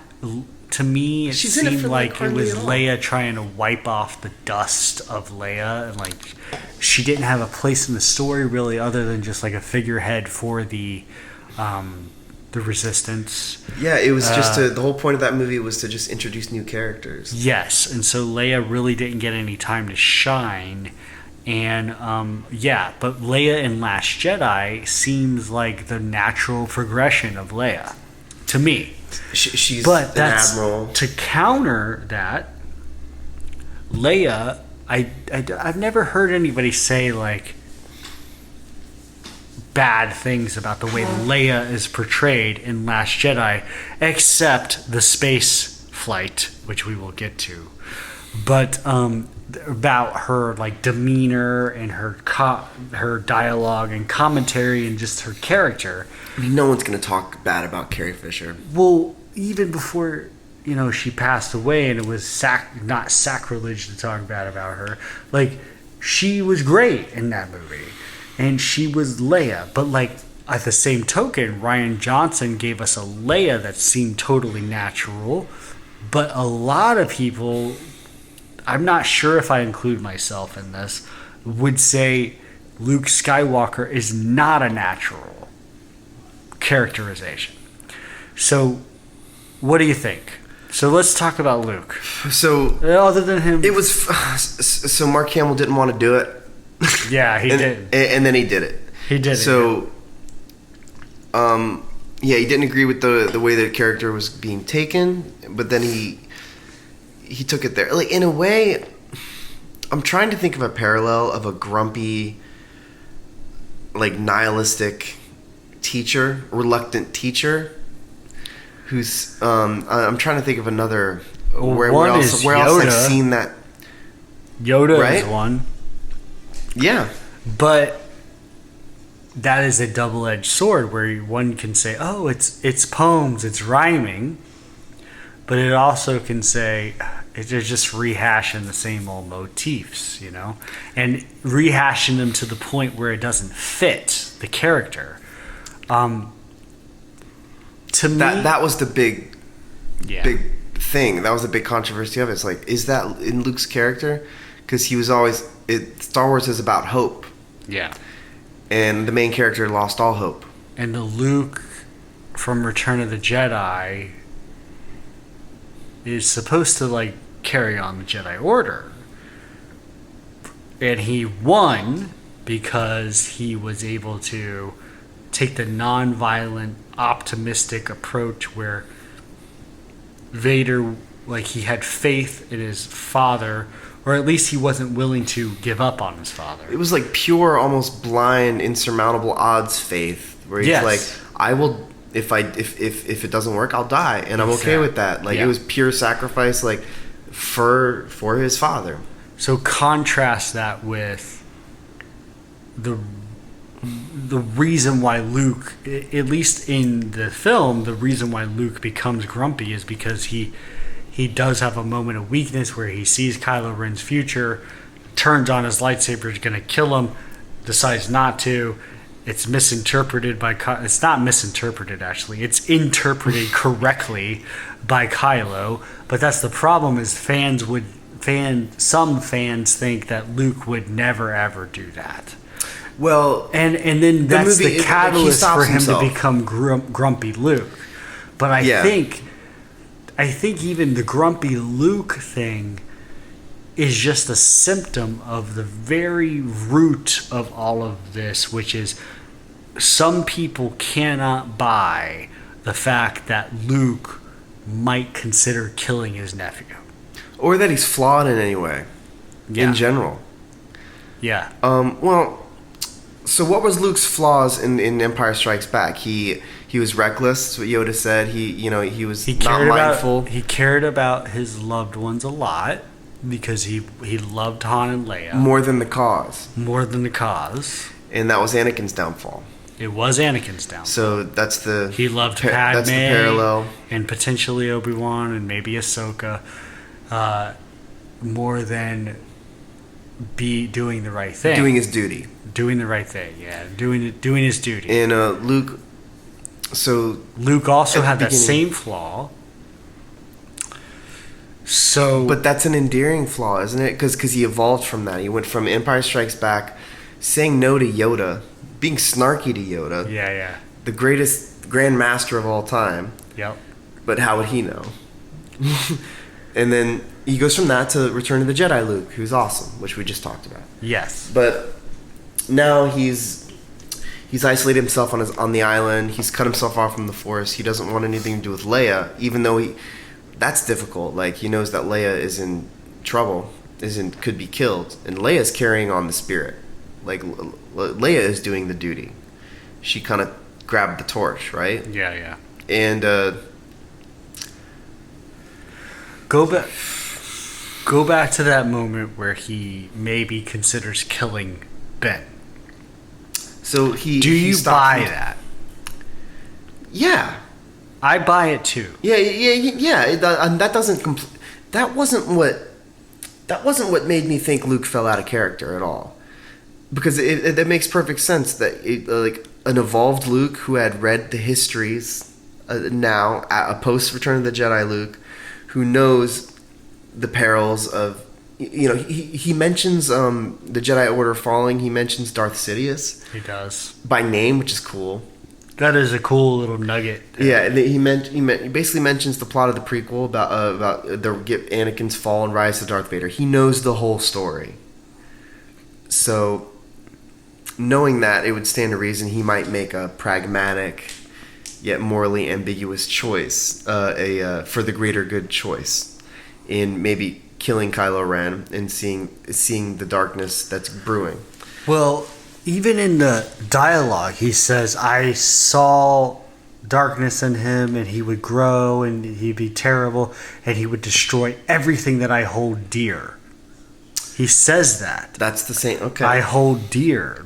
Yep. And that is the same thing that Anakin dealt with, but also Luke loves his friends and family. Yoda says you must learn to let go from everything that you fear to lose. Yes, Yoda does say that. And that's the Buddhist philosophy of attachment.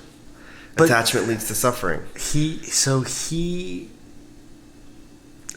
He had a vision and became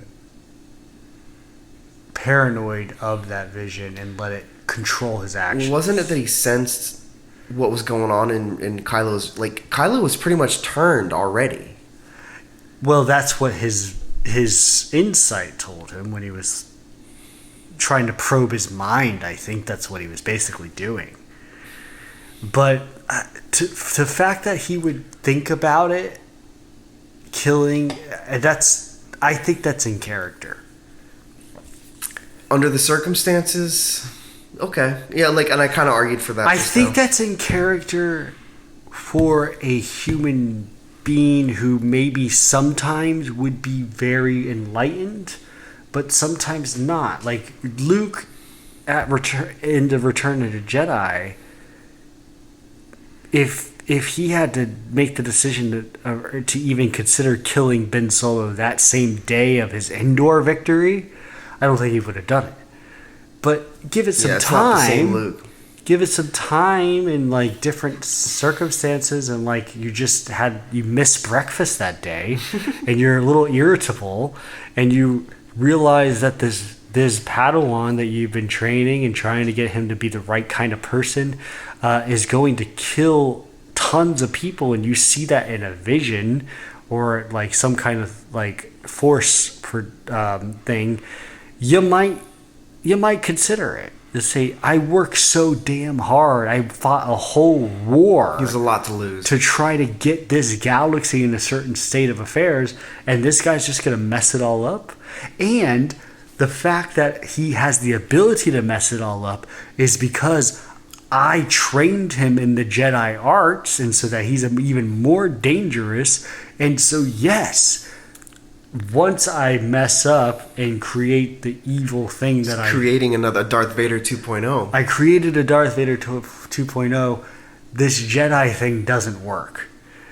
And I could see him. And he wants to literally burn the whole thing down. So, okay. But do you think there's anything in Last Jedi that is not Luke in character? Because I think I just convinced myself even more than ever. Yeah, we got deep. That Luke is totally in character. Considering we justified his act. We justified his actions. What I found not unforgivable, but here's what was rough for me with Luke: that he cut himself off from Leia. Yeah. Okay. And Leia's plight. So maybe he doesn't care about the Resistance and the state of this. He's out of galactic affairs. Sure, okay.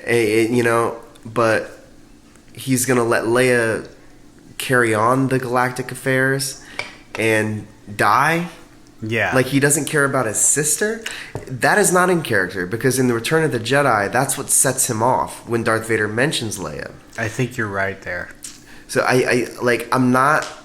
Maybe his love for the galactic affairs or his intrigue and his interest in that. Even the Jedi Order, I think above all else, he loves Leia. Just this incestuous thing, whatever. He loves his family. Anakin loves Padme. It's about family, right? Well, here's my counter to that. He was responsible for Leia's son, and under his watch, Leia's son went off the rails. And so he probably feels guilty for that. And when you feel guilty to other people, sometimes you try to cut yourself off. You isolate. To not cause more damage. Well, to also spare yourself from the pain of having to deal with the fact that you suck. So it's a self-hate thing on top of it. I think it might be a self-hate thing, and also the fact that he has to distance himself from Leia because he can't confront how terrible he did with Leia's son. And it doesn't seem like they talked about it. No. No, I don't think they talked about it, except for that last little scene, which is a beautiful scene where he kisses her forehead, and it's a force projection. So it kind of goes for a whole a redemption of Luke towards the end. So, okay. But how depressing is that in general? You have the victory of the original middle movie trilogy. Needs to be depressing. In a way, it needs to be more dark. Yeah, I know. That's the precedent, right? That makes sense. So like we said at the beginning, the middle movie needs to be a little bit darker, and kind of evil kind of needs to win. Yeah.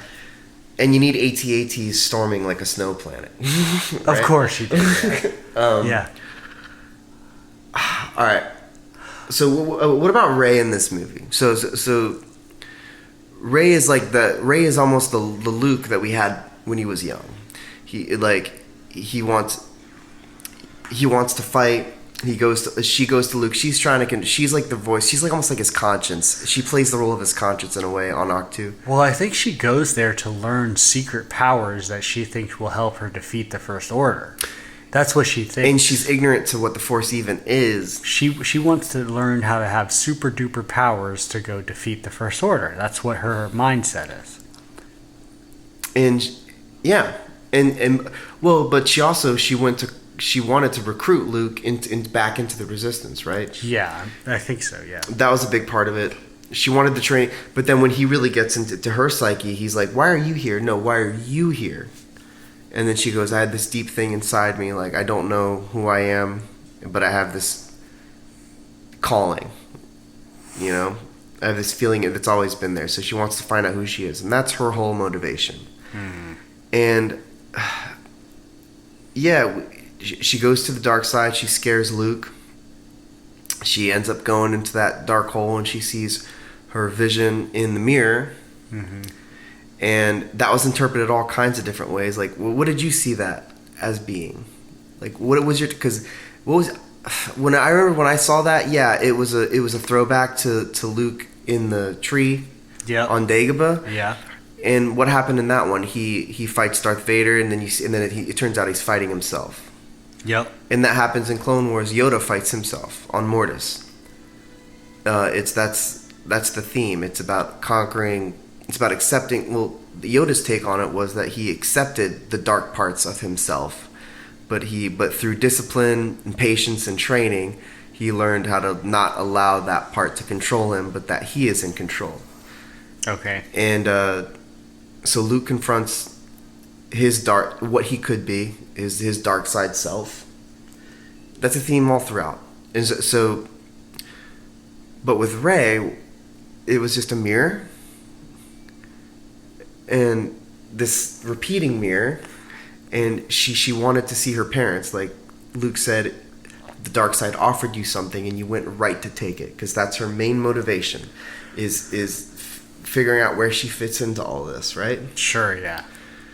So it's almost like a selfish reason, but that's what's guiding her. And she's also this happy-go-lucky, like Luke Skywalker character, episode 4 Luke Skywalker character, where she's just going for it. Yeah. Yeah, the vision, there was a lot of theories about it in between movies, right? I love the Some theory of them were good. That she was a clone. Yep. I love that theory. I did too. The fact, the idea was that she was a clone, and that's why she saw herself 1,000 times, was because that she's just a clone. And I thought that would have been really cool. I think in the context of Rise of Skywalker, I don't know what the vision means really, except that you don't need to care about your family. You just need to care about you. I guess that's it. That's it, right? Yeah. And Kylo's the advocate for that way of thinking. Let the past die, and he does. He kills Snoke. Yeah. Which that was one of my favorite parts of the movie. The idea of finally, it's not an apprentice running around subjugating everybody with some emperor behind him. Finally, he is the guy. Right. I like that. I loved that. What do you not like about that movie? The same thing that everyone doesn't like about it. Canto Bite. So they park on the beach, and then they get like a parking ticket, and this guy's like, "What are these guys? These guys are doing?" They could have just parked in the grass. It would have been fine. No, it's easy to nitpick in movies, right? You make things convenient. Like I'm trying to not do that as much. Yeah. Movies need to flow. You can't just have everything make sense all the time. Mm-hmm. But that one's pretty lazy. You could have had them get in trouble in a different way. Well, or get noticed in a different way. I don't like Canto Bite, except that like I understand the fact that in context their Canto Bite mission fails, and that's part of the themes of the movie is failure, right? Mm-hmm. And so I don't have a problem with the fact that they went to Canto Bite and they really didn't accomplish anything because they just suck. No, it ties into the theme of the movie that failure happens, right? Like, overcoming. Sorta, I guess, but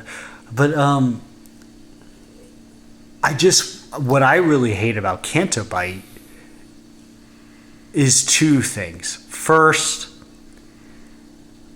the animal rights stuff is important, but like it's kind of shoehorned in. It's shoehorned in. You know what? I never even saw that as an animal rights anything until it was verbalized. Okay. Because I saw that as more as an allegory of subjugation of the rich over the poor.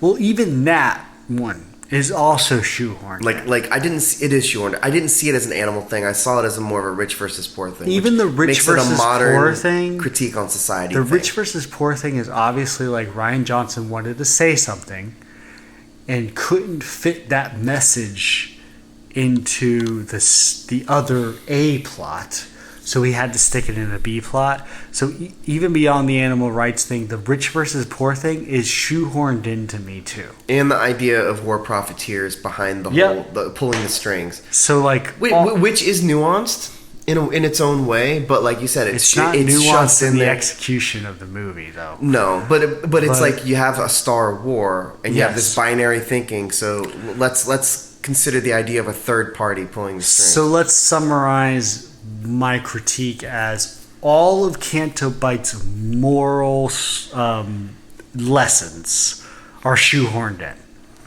because he was probably. Oh, I guess I'm about to defend him. No, you can't. How much freedom did he really have? I defended his characterization of Luke for like 15 minutes. So. I mean, yeah, it was a cantina scene taken to the next level. It was visually. So that was interesting. It's like, who are the rich people of Star Wars? You know. Who are the rich, decadent people of Star Wars? So, what's a yacht look like in Star Wars? We got to see some of that. Yes. Okay, aesthetically. So let me finish my second point. So my first point was that all the moral stories of Canto Bite were shoehorned in my opinion. The second one, which is related, which is just like, don't give me this B plot moral shoehorn crap, which continues to waste Finn's character, by the way, in my opinion. And I won't go into that detail. But give me more meat into what I really care about. Like maybe give me more flashbacks of Kylo and Luke. Or give me the deleted scenes that were cut about Luke's third lesson to Rey, where I don't know if you've caught this, but Luke says, I'll teach you 3 lessons and then you'll learn why the Jedi are supposed to end. He only gets to 2 of them in the theatrical cut. The third one is in a deleted scene. He says 3 lessons? He says 3 lessons, and you only get 2 in the theatrical cut. The third one is in a deleted scene. What's the third lesson? The third lesson is kind of a cool one, but it's basically Rey sees a disturbance. They're in like a cave. And Rey sees a disturbance over by like where the caretaker village, the caretakers, those aliens, their villages, and Luke says, "Oh, it's the Raiders. They're back again. They're here to plunder, right?" And Rey says, "I gotta stop them. I gotta help them." And Luke says, "If you go help them now, you'll be able to help them today, but weeks from now they'll come back with 3 times as many Raiders. Will you still be here to help them then?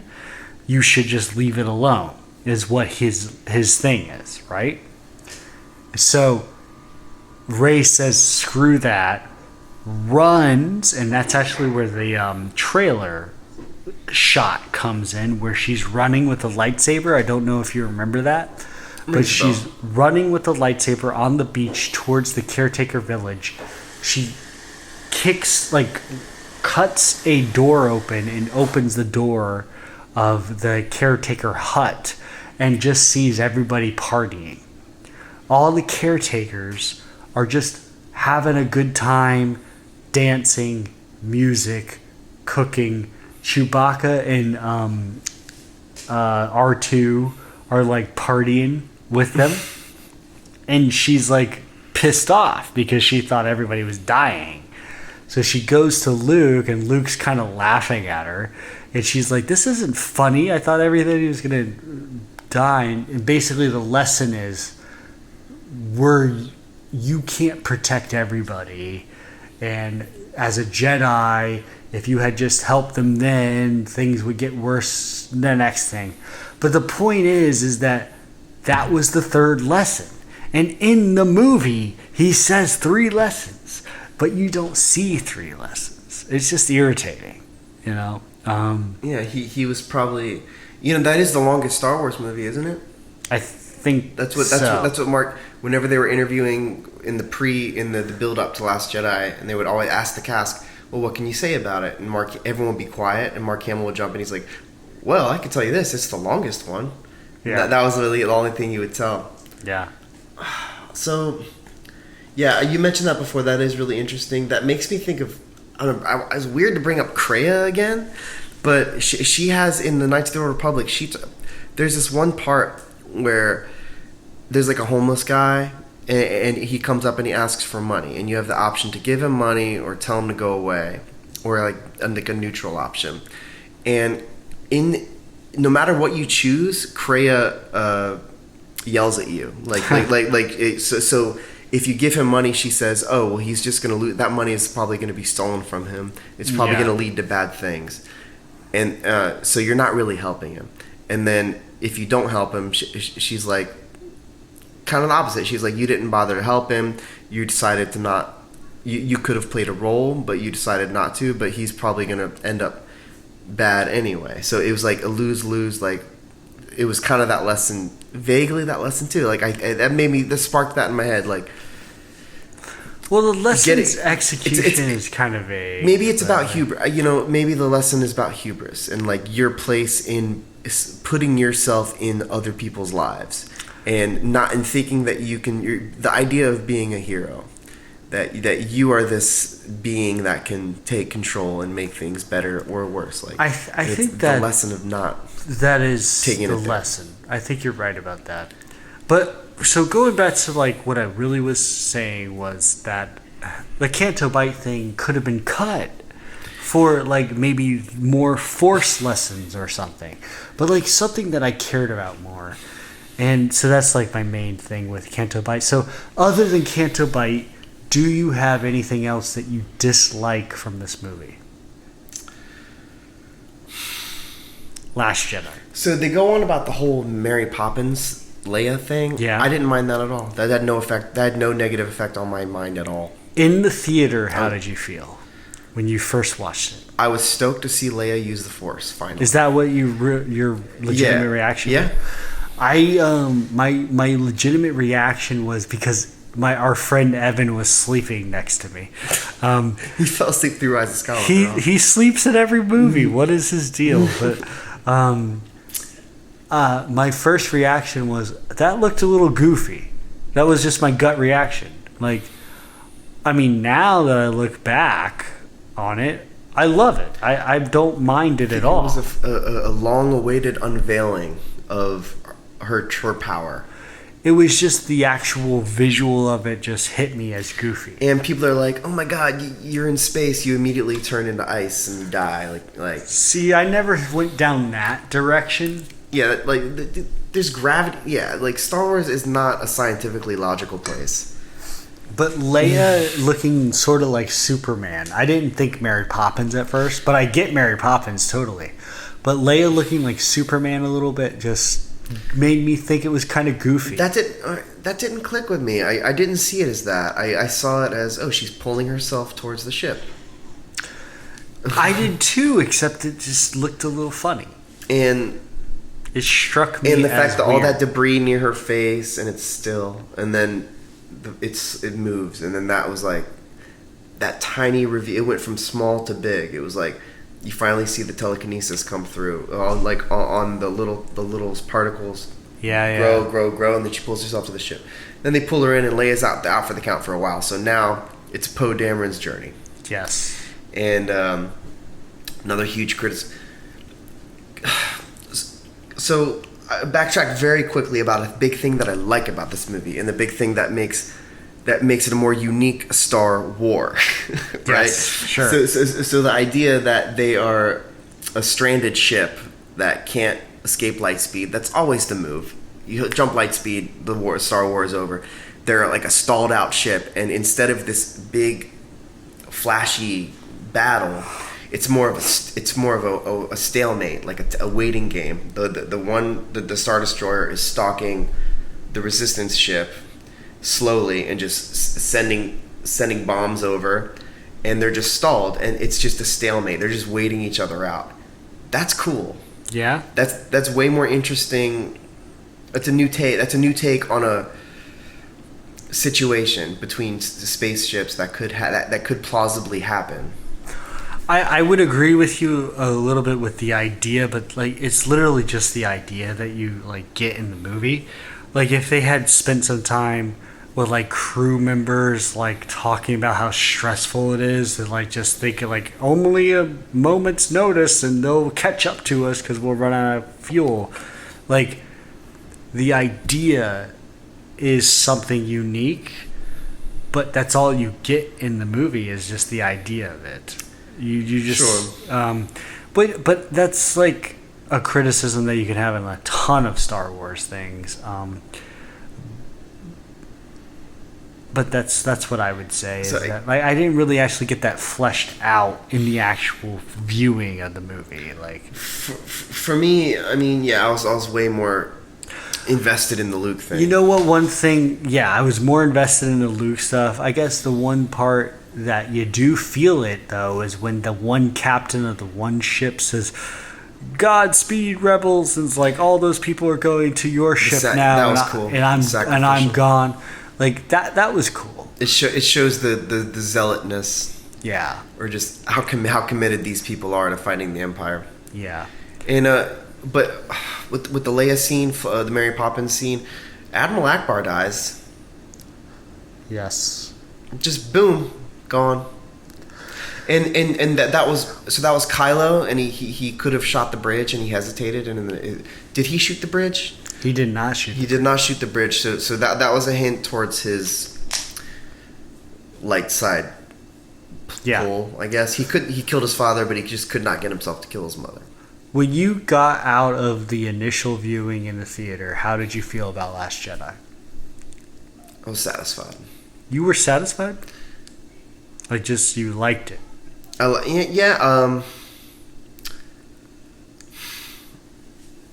I liked it. Okay. When I got out of Last Jedi, I just didn't know what to think. it took me a long time to process it. I just didn't, I could not verbalize any thought process at all about it. I just couldn't, I didn't know whether I liked it, whether I hated it. I didn't know anything. I just knew that I saw something. And that I was engaged in it. Yeah. It felt like I was seeing a movie that I didn't know what was going to happen. Mm-hmm. And I hadn't gotten that out of a Star Wars movie in a long time, where I honestly did not know what was going to happen next. And I liked that. I did walk out of it. I do identify a bit with what you're saying. I walked out a little confused, but I was engaged in it, and I had not been engaged in a Star Wars movie up until that point. Even Rogue One, when I first saw Rogue One, it kind of went over my head because that movie doesn't feel, it's different. It flows. I always use Guardians of the Galaxy as an example, but it flows differently. I don't know how to explain it. Rogue One, I actually didn't get a chance to see it in theaters. Oh, it jumps planets a lot. I like that about it. Like, you're on me. I just remember I saw it in the theaters once, and it went completely over my head. Like, because there was so much going on.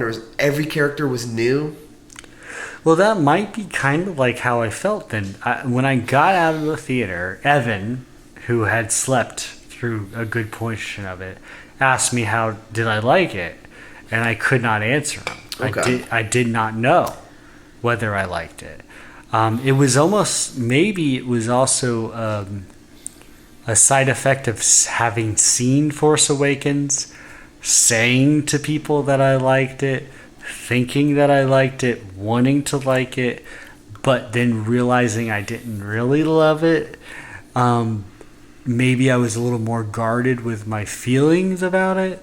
But it was also like I got to process what I just saw. But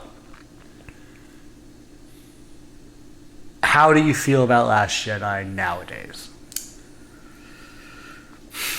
It has my favorite scene out of the whole sequel trilogy.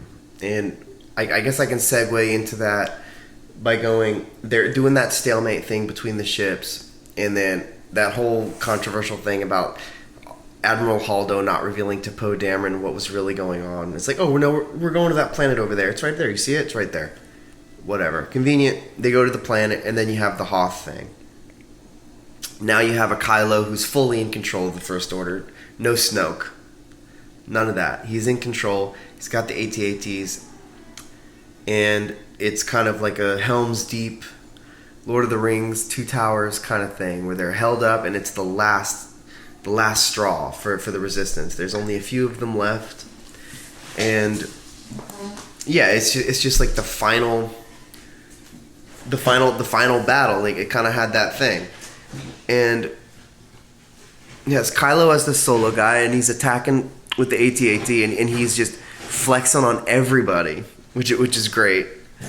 Just completely taking control of the First Order, and I guess, like, at the very last minute, Luke has that awakening. So obviously, that my favorite scene is the climax of that movie, when Luke's redemption, where he appears and he quote unquote takes on the First Order with a laser sword, and he does. And that, like, and then I was like, what am I seeing? Yeah, they shoot him with all these lasers, and then Kylo's just completely unhinged, goes out there one-on-one, attacks him. That's such an intense lightsaber fight. That's not a lightsaber fight. Yeah. It's because it's like you waited the whole movie for that, and it's a long movie, and you're expecting this epic fight, kind of almost like a Duel of the Fates kind of climax, right? Right. It's what you would expect from these two big characters, but it's not. Mm-hmm. It's this trick, mm-hmm. and it's just Kylo's rage and blindness into Luke's just pure understanding and pure Jedi-ness of fighting without fighting. And it redeems. I was like, oh, there's Luke. Yeah. Oh, there he is. Yeah. So that builds the drama. So they gotta break your heart first in order to give you what you want. You know. I think you're right about that. In the theater, I did not feel like, oh, there's Luke. You know, like how you just said, I did not feel like, when I saw that, I was like, ooh, this is really cool.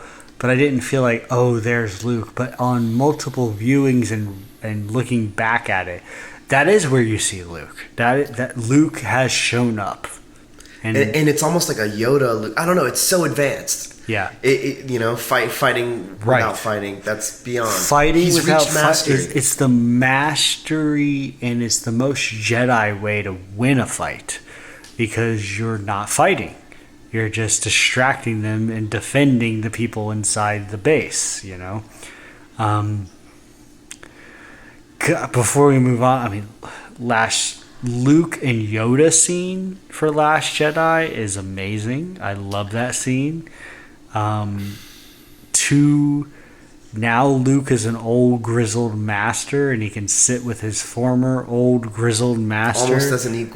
Almost as an equal, but still learning stuff. Yeah.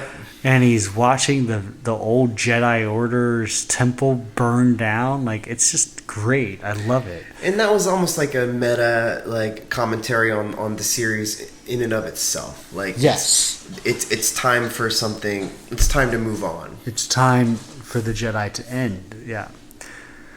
Okay, should we move on to the third movie? How does Last Jedi literally end again? What is the final thing? You know what's interesting about? Okay, the very very final thing is Broom Boy. Right. So the new generation, the kids, and they're subjugated, and they have hope for. And they're telling the story of Luke Skywalker on Crate. They're acting it out with almost Star Wars action figures, you know, like little wooden figures. I love that ending, actually. Like, the more I talk about Last Jedi with you right now, the more I'm thinking, oh, well, I really do love this movie, and I do love Last Jedi.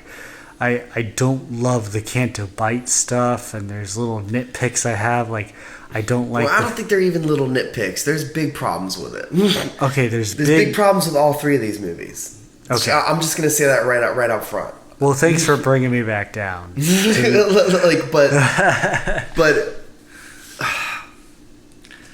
okay, they're good. But, well, okay. Of themselves. Last Jedi. I'm trying not to compare them with other Star Wars anything. Okay. I'm trying really to see them as just movies. And I've said this with you a bunch of times. Out of the three movies, Last Jedi is the best movie. And going back to what I said, it was the only one that had me engaged. It was the only one that had me thinking, what am I going to see next? This is, All right, let's move on to Rise. All right, Rise of Skywalker. Rise of Skywalker. This was a toxic lead up. Well, it's the exact opposite of Force Awakens, right? I'm sorry, Last Jedi. Force Awakens got everybody hyped out of their minds for Last Jedi. Yeah, it was a big cliffhanger. Last Jedi got everybody tired of even the Star Wars subject. It almost put the whole thing to death, right? Because everybody was arguing amongst themselves, and everybody was just tired of it. I felt like when Rise of Skywalker came, yeah, I was excited, but the family was not on speaking terms. Almost it's like going to Thanksgiving. It splintered out the whole thing. You know you're gonna have Grandma's best stuffing, and you're looking forward to that, but you're not looking forward to sitting at the table with all of your terrible relatives. That's kind of how it felt. Yeah, everyone got separated into 2, maybe even 3 camps. Several. One positive. I think people rediscovered the joys of the prequel trilogy. You think it's Last Jedi's fault? I think people were searching for just some healing, maybe. Yeah. And also, I think people decided to respect George Lucas again. You think so? I think he was getting a lot of hate after the prequels, and then he sold it, and he kind of disappeared. And then I think once Last Jedi happened, people kind of got perspective. You think it's because we just took a very long time to like praise a lot of the aspects of The Last Jedi. Yeah. But okay. What is the main problems with the sequel trilogy in general? We both know this. Everyone talks about this. They're not cohesive as a trilogy. Correct. We were talking and I guess that was what I was trying to do. What we were trying to do. We were talking about these as singular movies. Mm-hmm. But the big issue is this was supposed to be a mapped out story. This was supposed to be a saga. Yeah. They have unlimited budget. Yep. They have all the writers in the world, and it was just. And that brings us to the last movie. Okay, that's a perfect way to segue. It was patched. It was damage control. Well, because Palpatine comes back. That's one thing. They brought Palpatine back. Palpatine's not hinted at all in the previous two. Yeah. That wasn't supposed to happen. So Rise of Skywalker feels like damage control. It feels reactionary. It does feel reactionary. No matter what like anybody says, it feels that way. Like if you watch it, it does backtrack on the momentum that Last Jedi set up on a few themes. But pulling Palpatine out of there, well, I think worse than backtracking, it reverts to the original. It reverts. It reverts over it. Well, we'll get into the details. I guess I'm hesitant to say that it backtracks on Luke. The one thing I don't think it backtracks on that some people think it backtracks on is Luke Skywalker's characterization. So let's hold on a second. Palpatine comes back. The dead speak. The dead speak. That's the beginning of it. Is his grand entrance into this new trilogy. 2 movies in the opening crawl of the third movie, no hint whatsoever that he was going to come back. And that's like the biggest marker of the fact that nothing was planned. And it's just because whether Lucas planned things ahead or not or whatever, he was able to give the impression that he did. He's able to retcon things. Yes. Artfully. He's able to fit things in, right? Or he at least made an attempt. His propaganda makes it so that you believe that it was all a grand master plan. Yeah, like even though it obviously was, and we talk about how Episode 4 is a standalone movie, and it was shoehorned. Well, not shoehorned, but it was well put together to make it seem like it was this long trilogy. Yes. But partially because he had a lot of source material to begin with. Mm-hmm. He had plausibly thought of a long-term thing, but didn't have the budget for it. And the prequels are perfect. I think George knew the prequels very well before he ever wrote the script. Like, the prequels are a solid, thought-out story. Like on the high-level story, right? Like, Anakin's found as a young child. The Jedi Order is afraid of training him. They decide to train him anyways. He's attached to his mother. He's attached to his girlfriend. There's a wedge there, and he kills all the people. And in the meantime, Sidious is pulling the strings to change this democratic government to a totalitarian government. I think Lucas knew all that, and it kind of shows in the prequels. Like, the prequels got their own problems, but it's obvious that this was a well thought out 3-movie thing. It knew where it was going. Yes. So, anyways, Rise of Skywalker, the dead speak, and Palpatine's back, and like I've come to terms with it. I love Palpatine, and so when Palpatine, one of my favorite characters, we've talked about that one before too. Like, what a perfect villain. He's great, and yeah. What else? I'm not complaining that Palpatine's back. I'm complaining that the other 2 movies didn't do anything to set it up. They could have brought Palpatine back in a mean, extensible way. They brought Palpatine back in the extended universe. Yeah, they did. And what was it? He cloned. It was a clone thing. It was a clone thing. I don't have a problem with I don't have a problem with anything about Palpatine inside Rise of Skywalker at all, except the fact that nothing was set up in the first 2 movies. That's the only thing I have a problem. Even if they wanted to just say like a hint of like Snoke says to Kylo, "Oh, I've heard from Exegol lately," in one line or something like that, like randomly thrown into Last Jedi or Force Awakens, a hint of some higher power.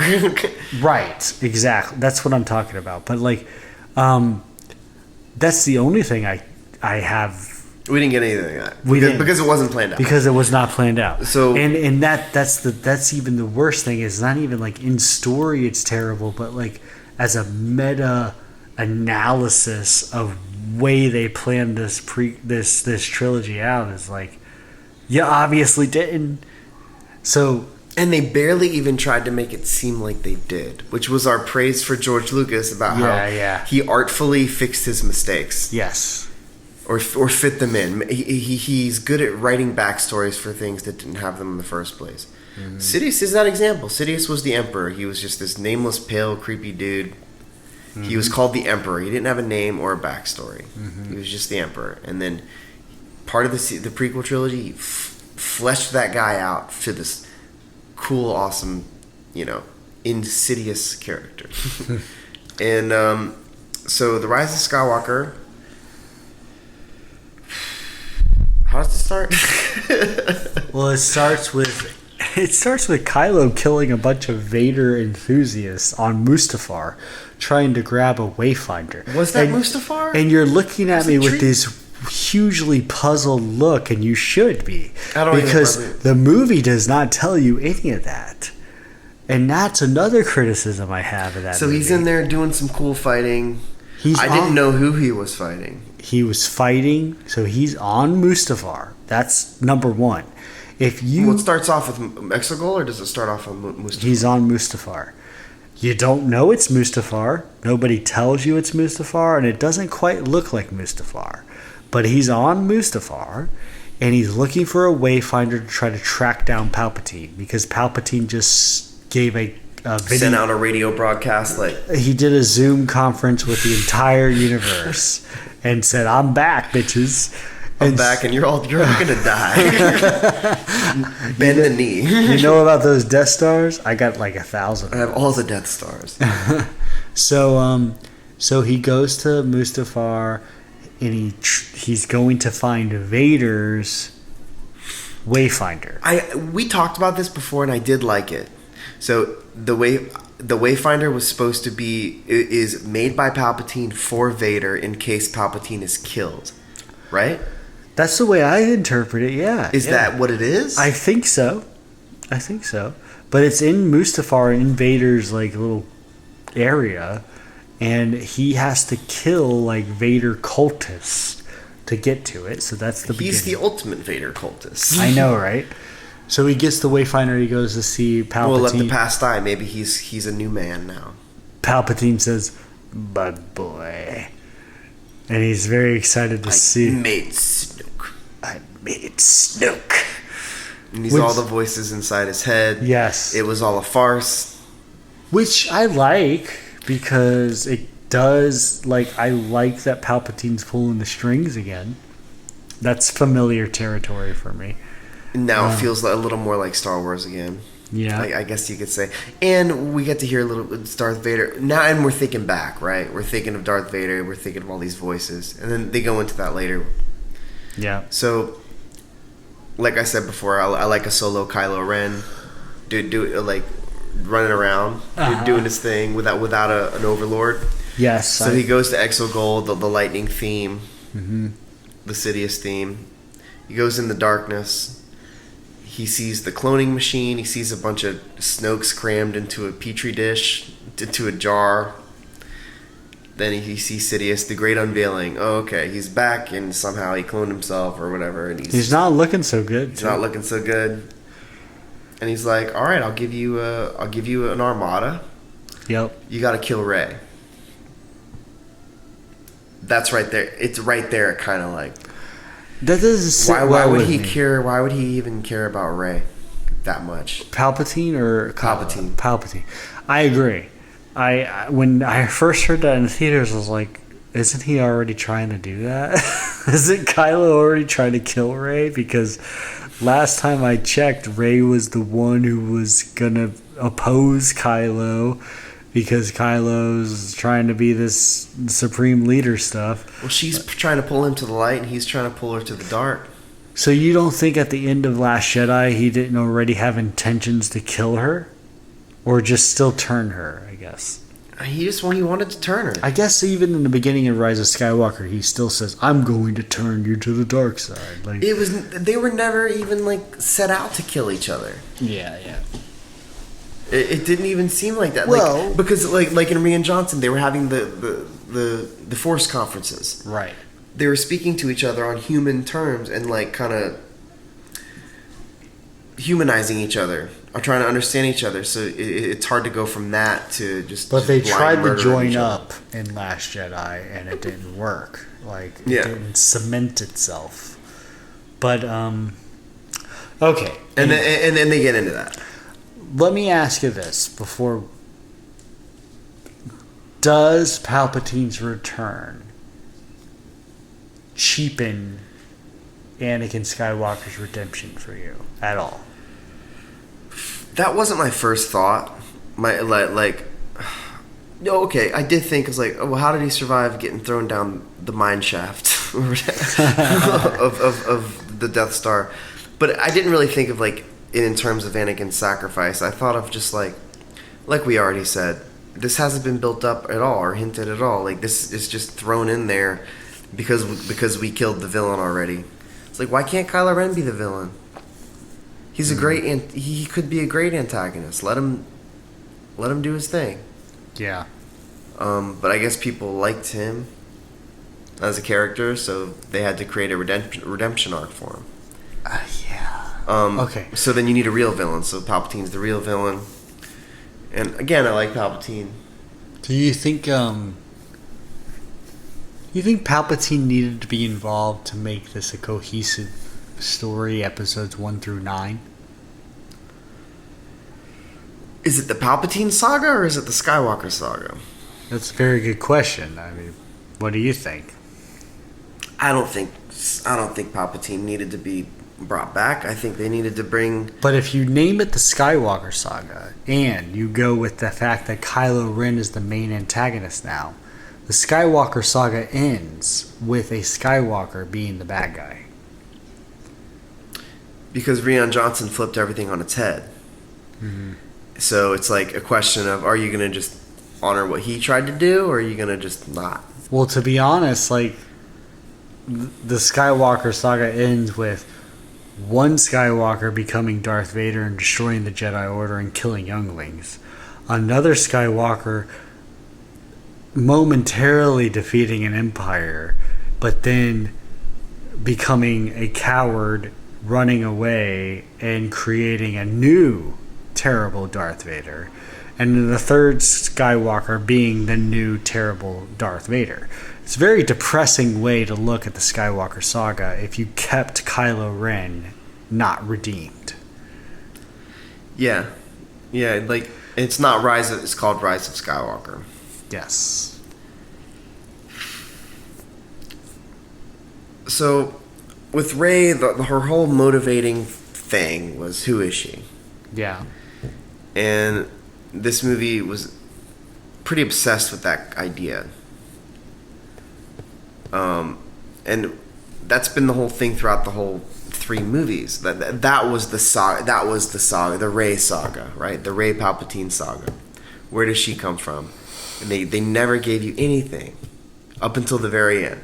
We also like this big reveal. Okay, she's Palpatine's granddaughter, cloned granddaughter thing, like, which was thrown in there after the fact. The dagger. Like is like the MacGuffin is what they called it, whatever. But like movies have MacGuffins, the dagger is just.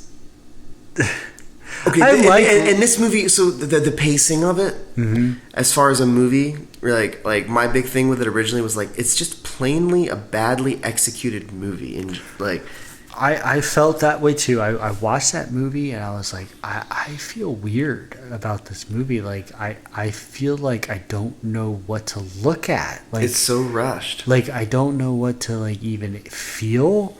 I'm feeling weird, but. After the initial viewing and thinking like, what did I even just see? I can't even process it because there were so many things that just. I walked out really upset. You walked out upset? Yeah, I was done. I walked out similar to Last Jedi, where I felt unsure of how I felt, but mostly because I wasn't able to process it, not for the same reasons as Last Jedi, but because it was just a fast-paced movie. I walked out grateful that I got to see some cool spectacle. Okay. And I guess I was grateful that it was tied. It ended in a tied up way. And maybe that's what I was looking for the whole time. I just wanted it to kind of tie up. Because I had been watching The Mandalorian at this point. Now I'm already on some new path, right? Well, that's good. So for your mental health, I had kind of put the movie trilogy thing to rest, and I was like, let's just. And I had read some of the hype, so that's my fault. I let myself get maybe dissuaded.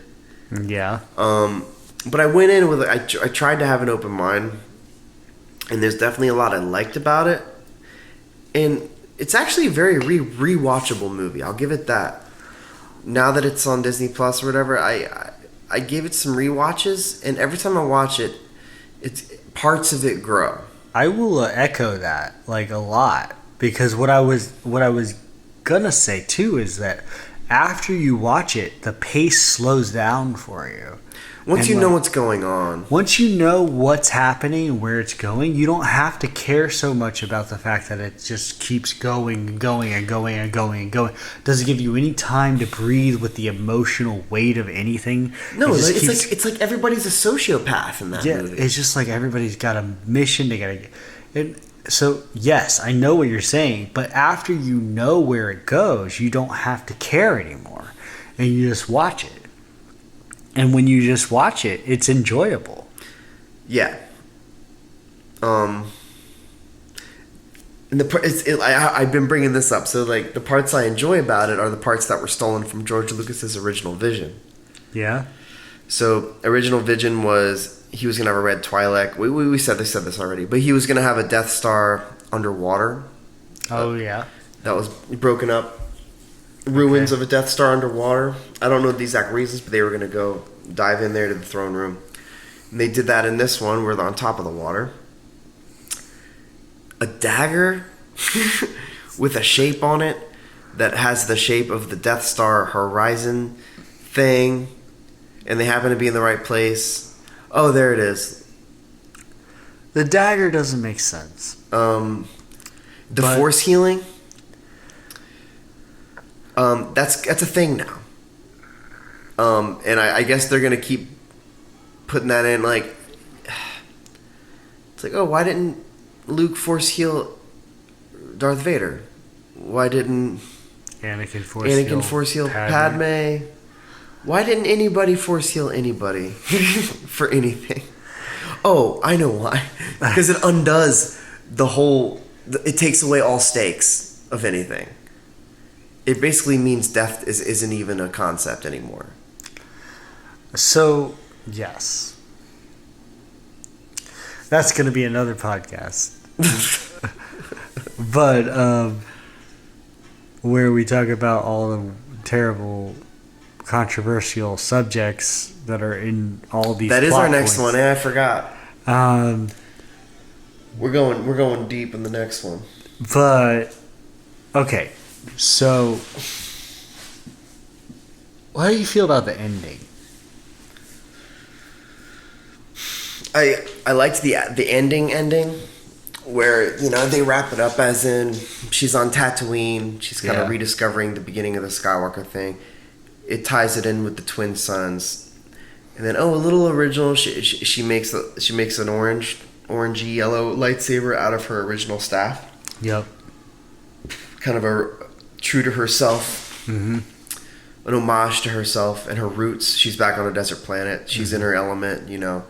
It's Rey. Yep. It's not a Skywalker Palpatine. She does say I'm a Skywalker, but putting that aside, she's carrying on the legacy of the Skywalkers, which whatever.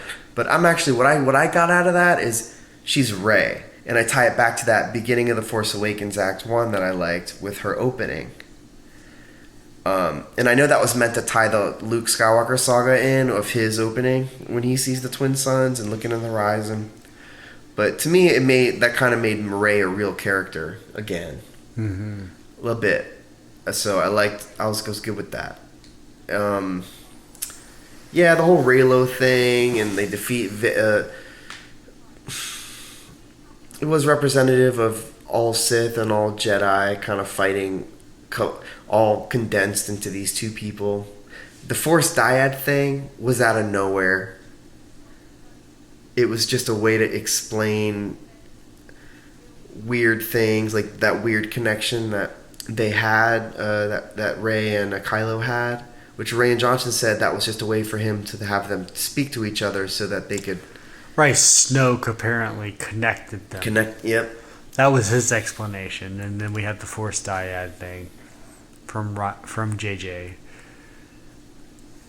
Yeah. Which dyad's kind of an interesting concept, but it's like, this is rare. This happens once just in a while. Like, this is a whole... Great, cool. Like, it's interesting, I guess. There's no build up. Again, the whole thing it's out of nowhere. Yeah. Everything about it. Well, if Force Awakens wasn't so busy remaking A New Hope, they might have been able to set some of this shit up. Right? And, we killed Chewbacca. No, just kidding. We didn't kill Chewbacca. There's Rey's parents' ship, and it's gone now. Okay. Oh, there it was. Oh, by the way, that was Rey's, that's my parents' ship. That's weird. Mm-hmm. It was just all thrown together. Poe has this spice running past, and he's got this female love interest thing. Lando leads. It was finally the galaxy rising up, the people rising up to fight this oppression. Eventually, that was going to happen. It was like a Return of the Jedi on steroids. Well, Finn was completely wasted. I think that's a theme of the whole trilogy, is that Finn was wasted. The biggest loss, probably the biggest missed opportunity. I would agree with that full-heartedly. Because didn't we just say the best part about The Force Awakens, like that storm, the whole concept of the Stormtrooper? The trailer was. Why did they take Finn from us? They sold us on the whole trilogy with that trailer with Finn.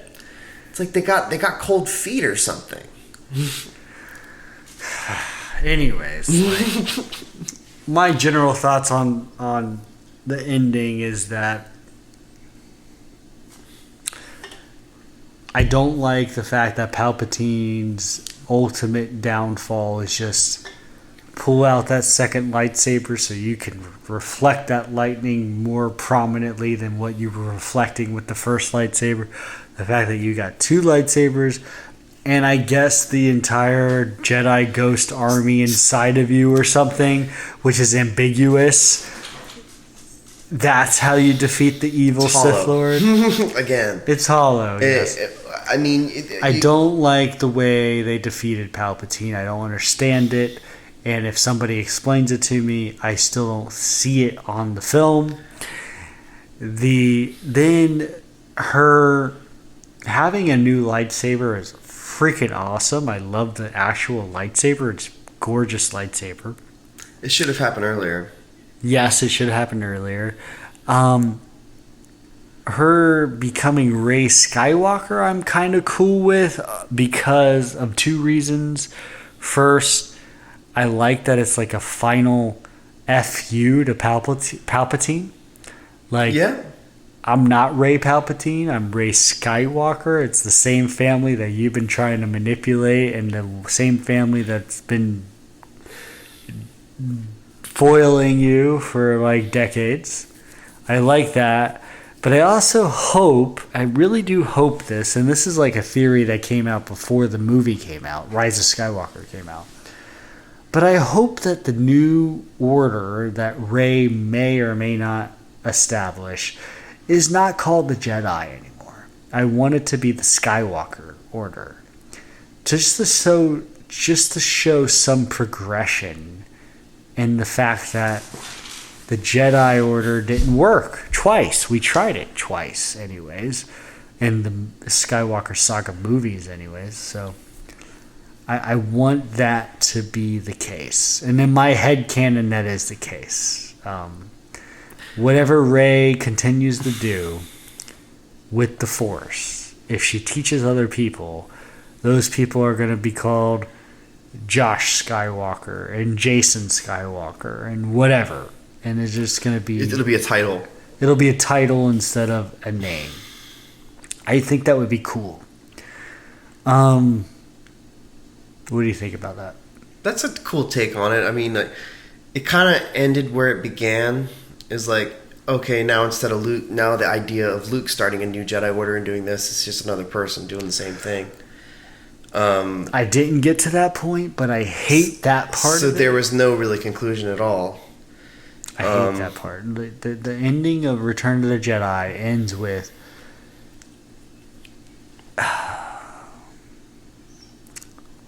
Luke Skywalker defeating an empire and possibly creating a new Jedi Order. And the end of Rise of Skywalker ends with Rey defeating the Emperor, the same Emperor, and possibly, but not assuredly, creating a new order. So why did we even go? Why did we even go through this? Amen, brother. But Finn. Amen, brother. But if it had been Finn, not even Finn being a Jedi, even though they're like, oh, Finn's Force sensitive, and they hint that in Rise of Skywalker. Oh, I feel it about the antenna being activated on whatever. Yeah. That could have gone a different direction. That could have gone a more interesting direction. A fallen stormtrooper trying to rally old stormtroopers. Oh, yeah. There are so many things that I still want to say. A kink in the machine, like a cog in the wheel. Well, like in the behind the scenes stuff with the documentary. Did you ever watch that? I told you to watch it, but I saw so was it the little bits of minutes? It's called, or is it actually a full-fledged documentary? It's a full I didn't see the full length. I saw the little ones. The clips. Well, in the behind the scenes, John Boyega for Finn is basically like really excited about that horse on the Star Destroyer charge scene that they're about to shoot. And he says something along the lines like, I always wanted the Stormtrooper Rebellion and this is it. So he's trying to convince himself that he had a Stormtrooper Rebellion in the Rise of Skywalker. He didn't. And he slightly, like I would say 15% kinda had one, where he's leading former Stormtroopers into a battle on horses on a Star Destroyer. But it's not because he's the character who drove them to do that. It's just because he happens to run into them. He happens to encounter them. So like even he knows that that's something that character should have gone towards, but didn't fully get to, and he's taking what he can get. And that's kind of how I feel about the whole damn trilogy, to be honest. I'm taking what I got, and I'm trying to make the best out of it. That's how I feel. Yeah. That's the whole summation. God, like that last movie just really soured it up, There's more to come, but hey, that was a good fight on that ocean planet. Like that was cool. It's not even that cool. It's kind of cool, to be honest. It's like, oh, there's a wave coming. Oh, they jump. They're doing like Avengers style landings. I thought about that too. It's like, oh, now these are Marvel movies. Yeah. It was a little. So as far as jumping, we saw Luke doing flips. That was a little more Jedi. Yeah. Oh, I don't know. It is what it is. All right, I got a few more questions to wrap it up. Okay.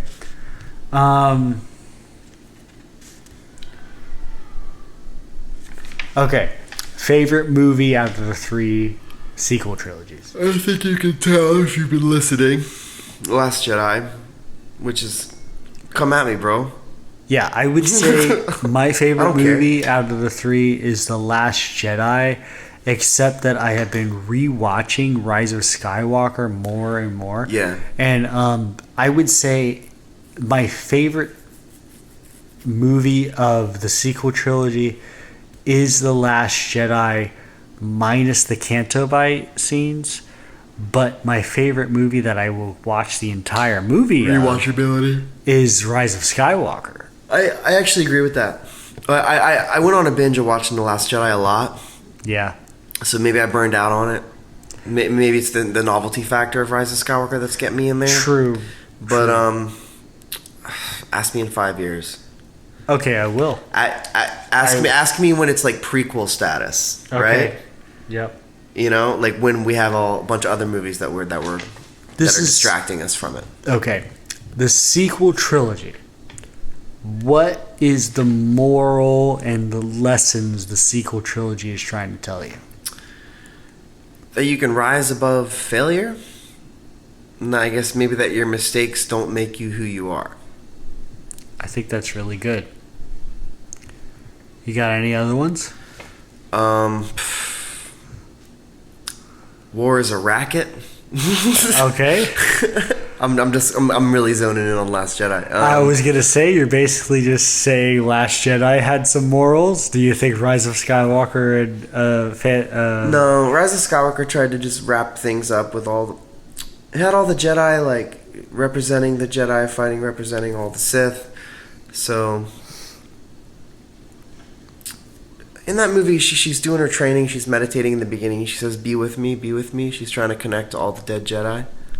And then at the end, when all hope is lost, she's saying, "Be with me, be with me." And they tell her to rise, and she fights back, and she wins. And it was, maybe they tried to sum it up as strength in numbers, strength in legacy. I think you're right. All those there, deaths but are not in vain. I think you're right about what Rise of Skywalker is trying to do at the end, but I also think it's a hollow message. Like strength in numbers. What are you talking about? In my everyday life, I don't need to have the entire galaxy show up for my life. Like, I just. It had to be epic, you know. Because it's trying to wrap up a trilogy. It's yeah. I know. Okay. You know what I think? Yeah, I like the first thing I said better. Because you're focusing on Last Jedi for the actual morals taught, and I think that's kind of where I'm going to. So, not letting failure beat you up. That's a good Last Jedi moral. I think. So I'm trying to focus on things that are not rehashes of the original trilogy. Like obviously, like stand up against oppression and believe in yourself and all that stuff. That's all an original trilogy. Hope. Yeah, that's an original trilogy thing. Something that's beyond the original trilogy is you're gonna fail. It's okay. Keep moving. That's one we said already. The second one, though, that I think is kind of unique is you might view you might have this view that your life is going to go a certain way.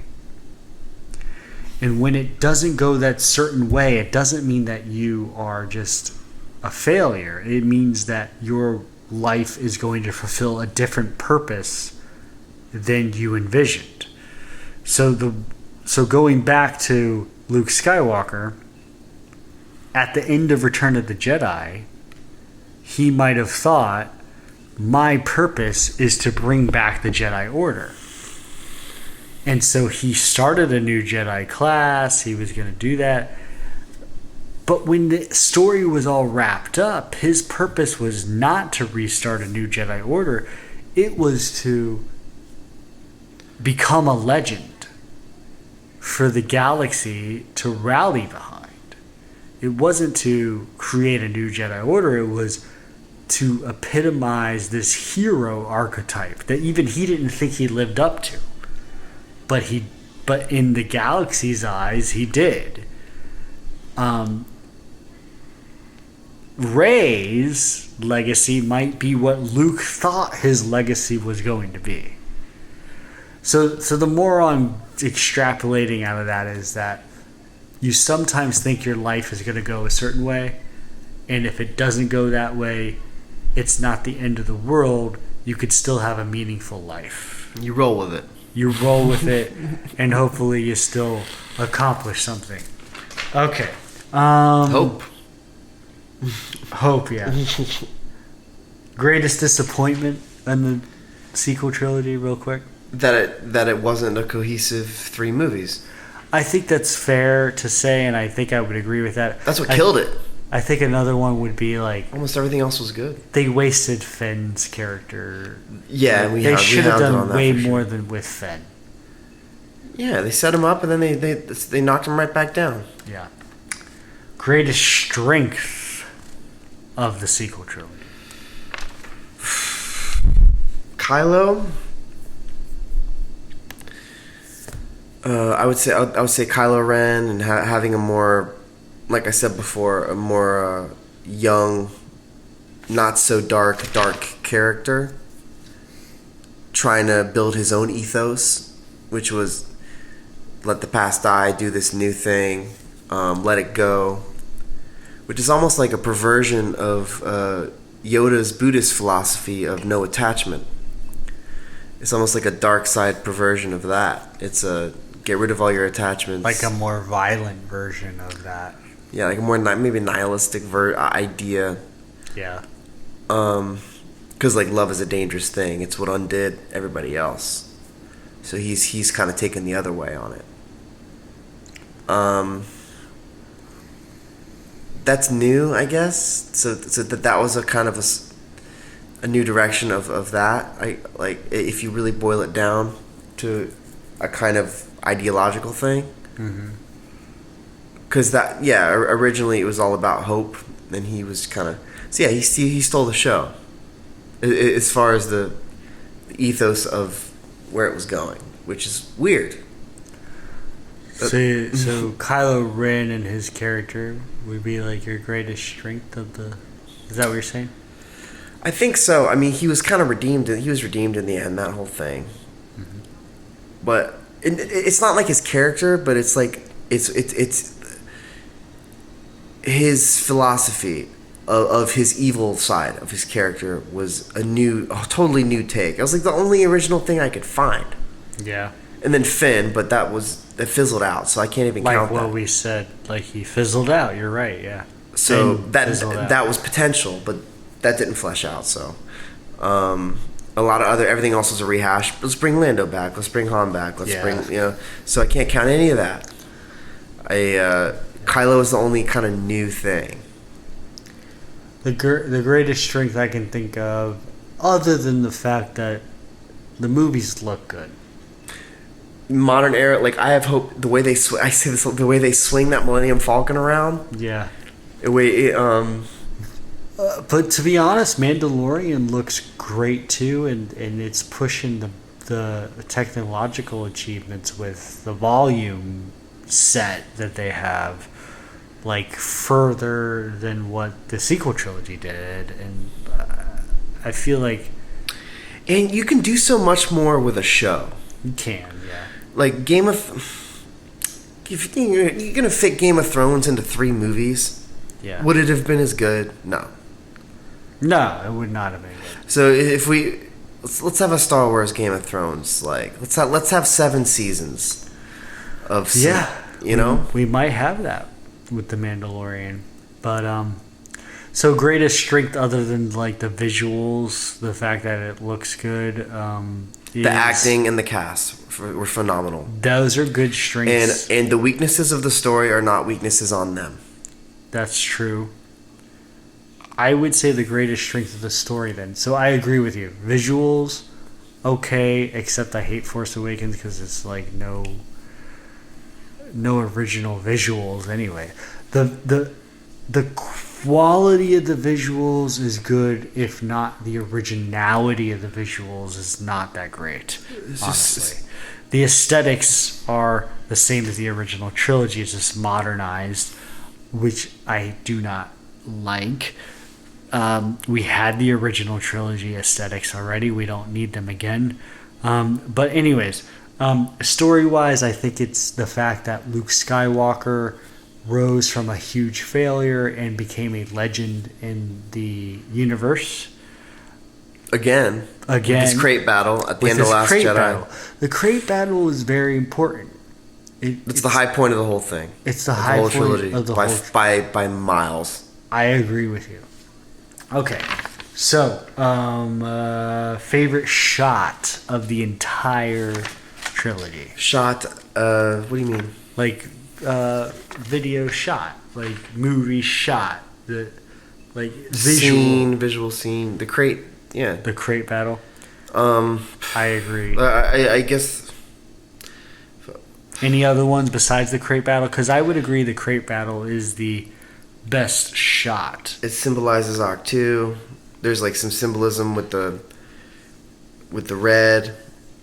It still looks snowy, but it's salt. And you see Luke walking on he's floating on that salt. Like he's not affecting the ground. Right, yeah. He's above it all. You know what I would do if I had to pick other ones besides crate, though? Maybe the Kylo blocking the laser bolt, or holding the laser bolt. That's just kind of cool. And it started us off on a new, like, we're going to see new force powers. Cool. Yeah. And then the other ones would be two Rise of Skywalker Palpatine things, because I love Palpatine, apparently.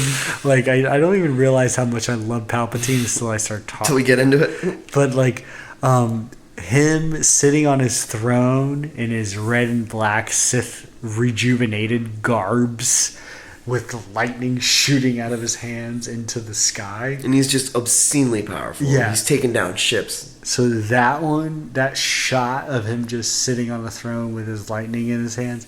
The other one would be, it's very close, but it's him just like in his garbs, the same exact robes, except he's looking around like, "Don't let the feeble attack upset you, my faithful." And he's just like looking around at his Sith cultists. Yeah, he has admirers. Yeah. Just like, where did all these people come from? So basically just Palpatine.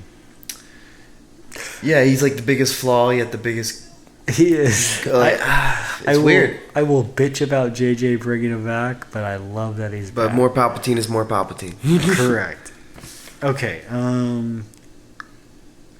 least favorite part of the whole sequel trilogy.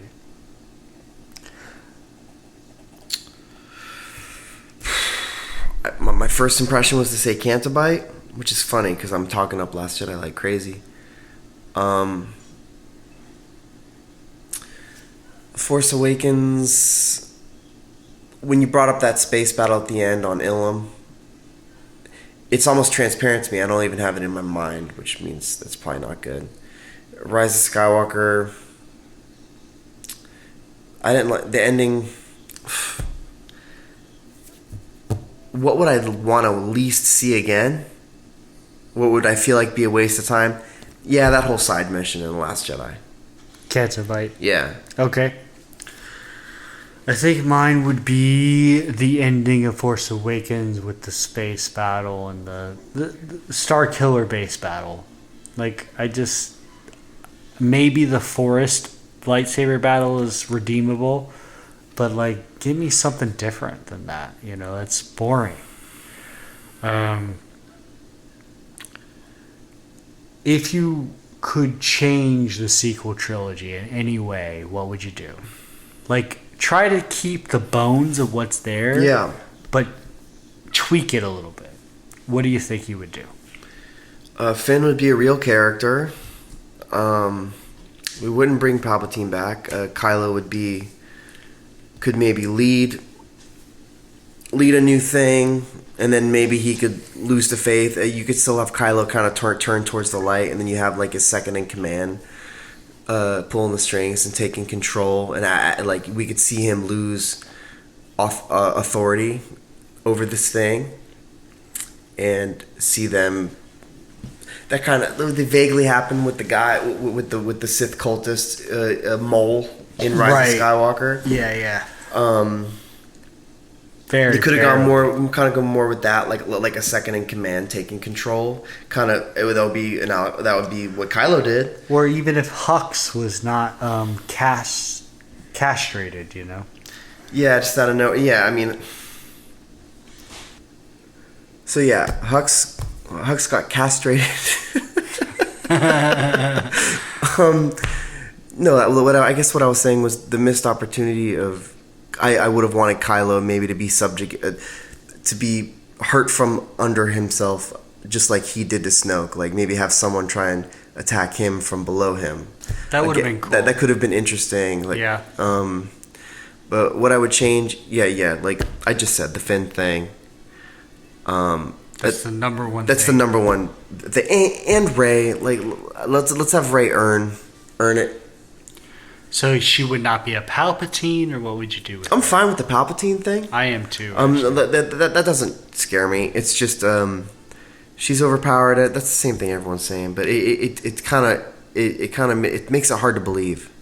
It kind of ruins your suspension of disbelief because you have that precedent of the power levels. Yes. That's it, and you have 9 movies to go on about a gauge of what the power levels are, and then when they kind of completely switch up the scale, right, of what the power is, it's like, all right, right. That's not a new thing to say, but it's real. It's true. I would do 3 things if I could change. 2 of them have to do with Force Awakens. So, and this is like the bare minimum of surgery I'm doing on these movies, right?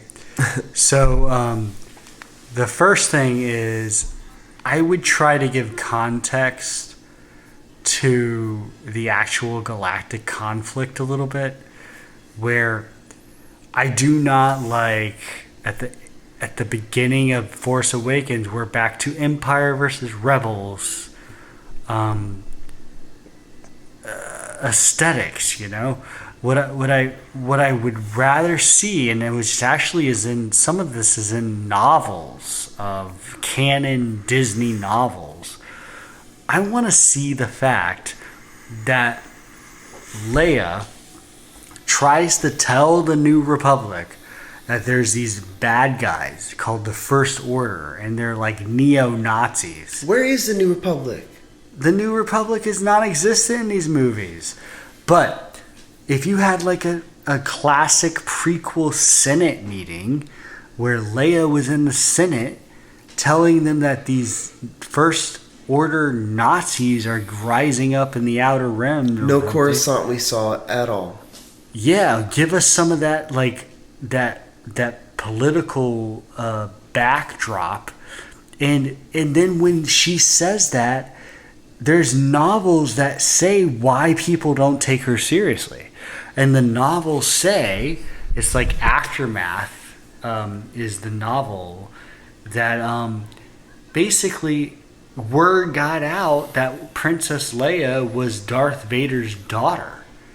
And the political rivals of Princess Leia said she's just a freaking crazy Nazi like her father was, and she wants to warmonger, you know? Like, so show me one scene in Force Awakens that shows Princess Leia trying to tell the government that the First Order is going to be a bad thing for everybody, and the senators say, we don't trust you. You're just warmongering like your father Vader. Yeah, it makes Wouldn't no that sense. Be super cool?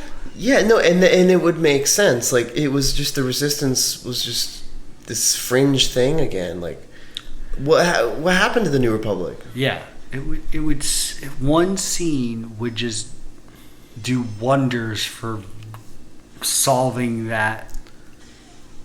Give context to what the Resistance even is. Exactly. Yes. The other one I would do is not have Star Killer Base and just have the First Order destroy the Senate in like a terrorist attack or something. Like a secret terrorist attack where you blow up the Senate building or something. Like, that's kind of new and modern and does not like a third Death Star. So just do that at the end of Force Awakens. And then the final one would be make it more clear that the Jedi Order that Rey might start is going to be different than the first two Jedi Orders that we've seen. One that was destroyed in the Great Purge, and the other one that failed because Luke Skywalker tried to kill his nephew. So those are the three things I would change. Yeah. Last thing I will ask you. Yeah, I agree with what you said. You got deeper into it than I did. Like, I kind of said, it was obvious, but it was like the biggest misses. But yeah, you went deeper. Like, you kind of tied it in with the prequels about the Senate and the galactic. It didn't feel galactic, the struggle, up until the very end, where it was the just people, the militia people came. It was really just... yeah, it is kind of like... There's no government anything. It was just... this Resistance over here and the First Order over here, and then the New Republic is not connected to either of these two things. Well, the last thing you saw in the story was that the Empire was defeated, and then you just see that creates a power vacuum. Well, there's a lot of interest. The next thing you see in the story is two factions that look exactly like the Empire and the Rebellion again. It's stupid.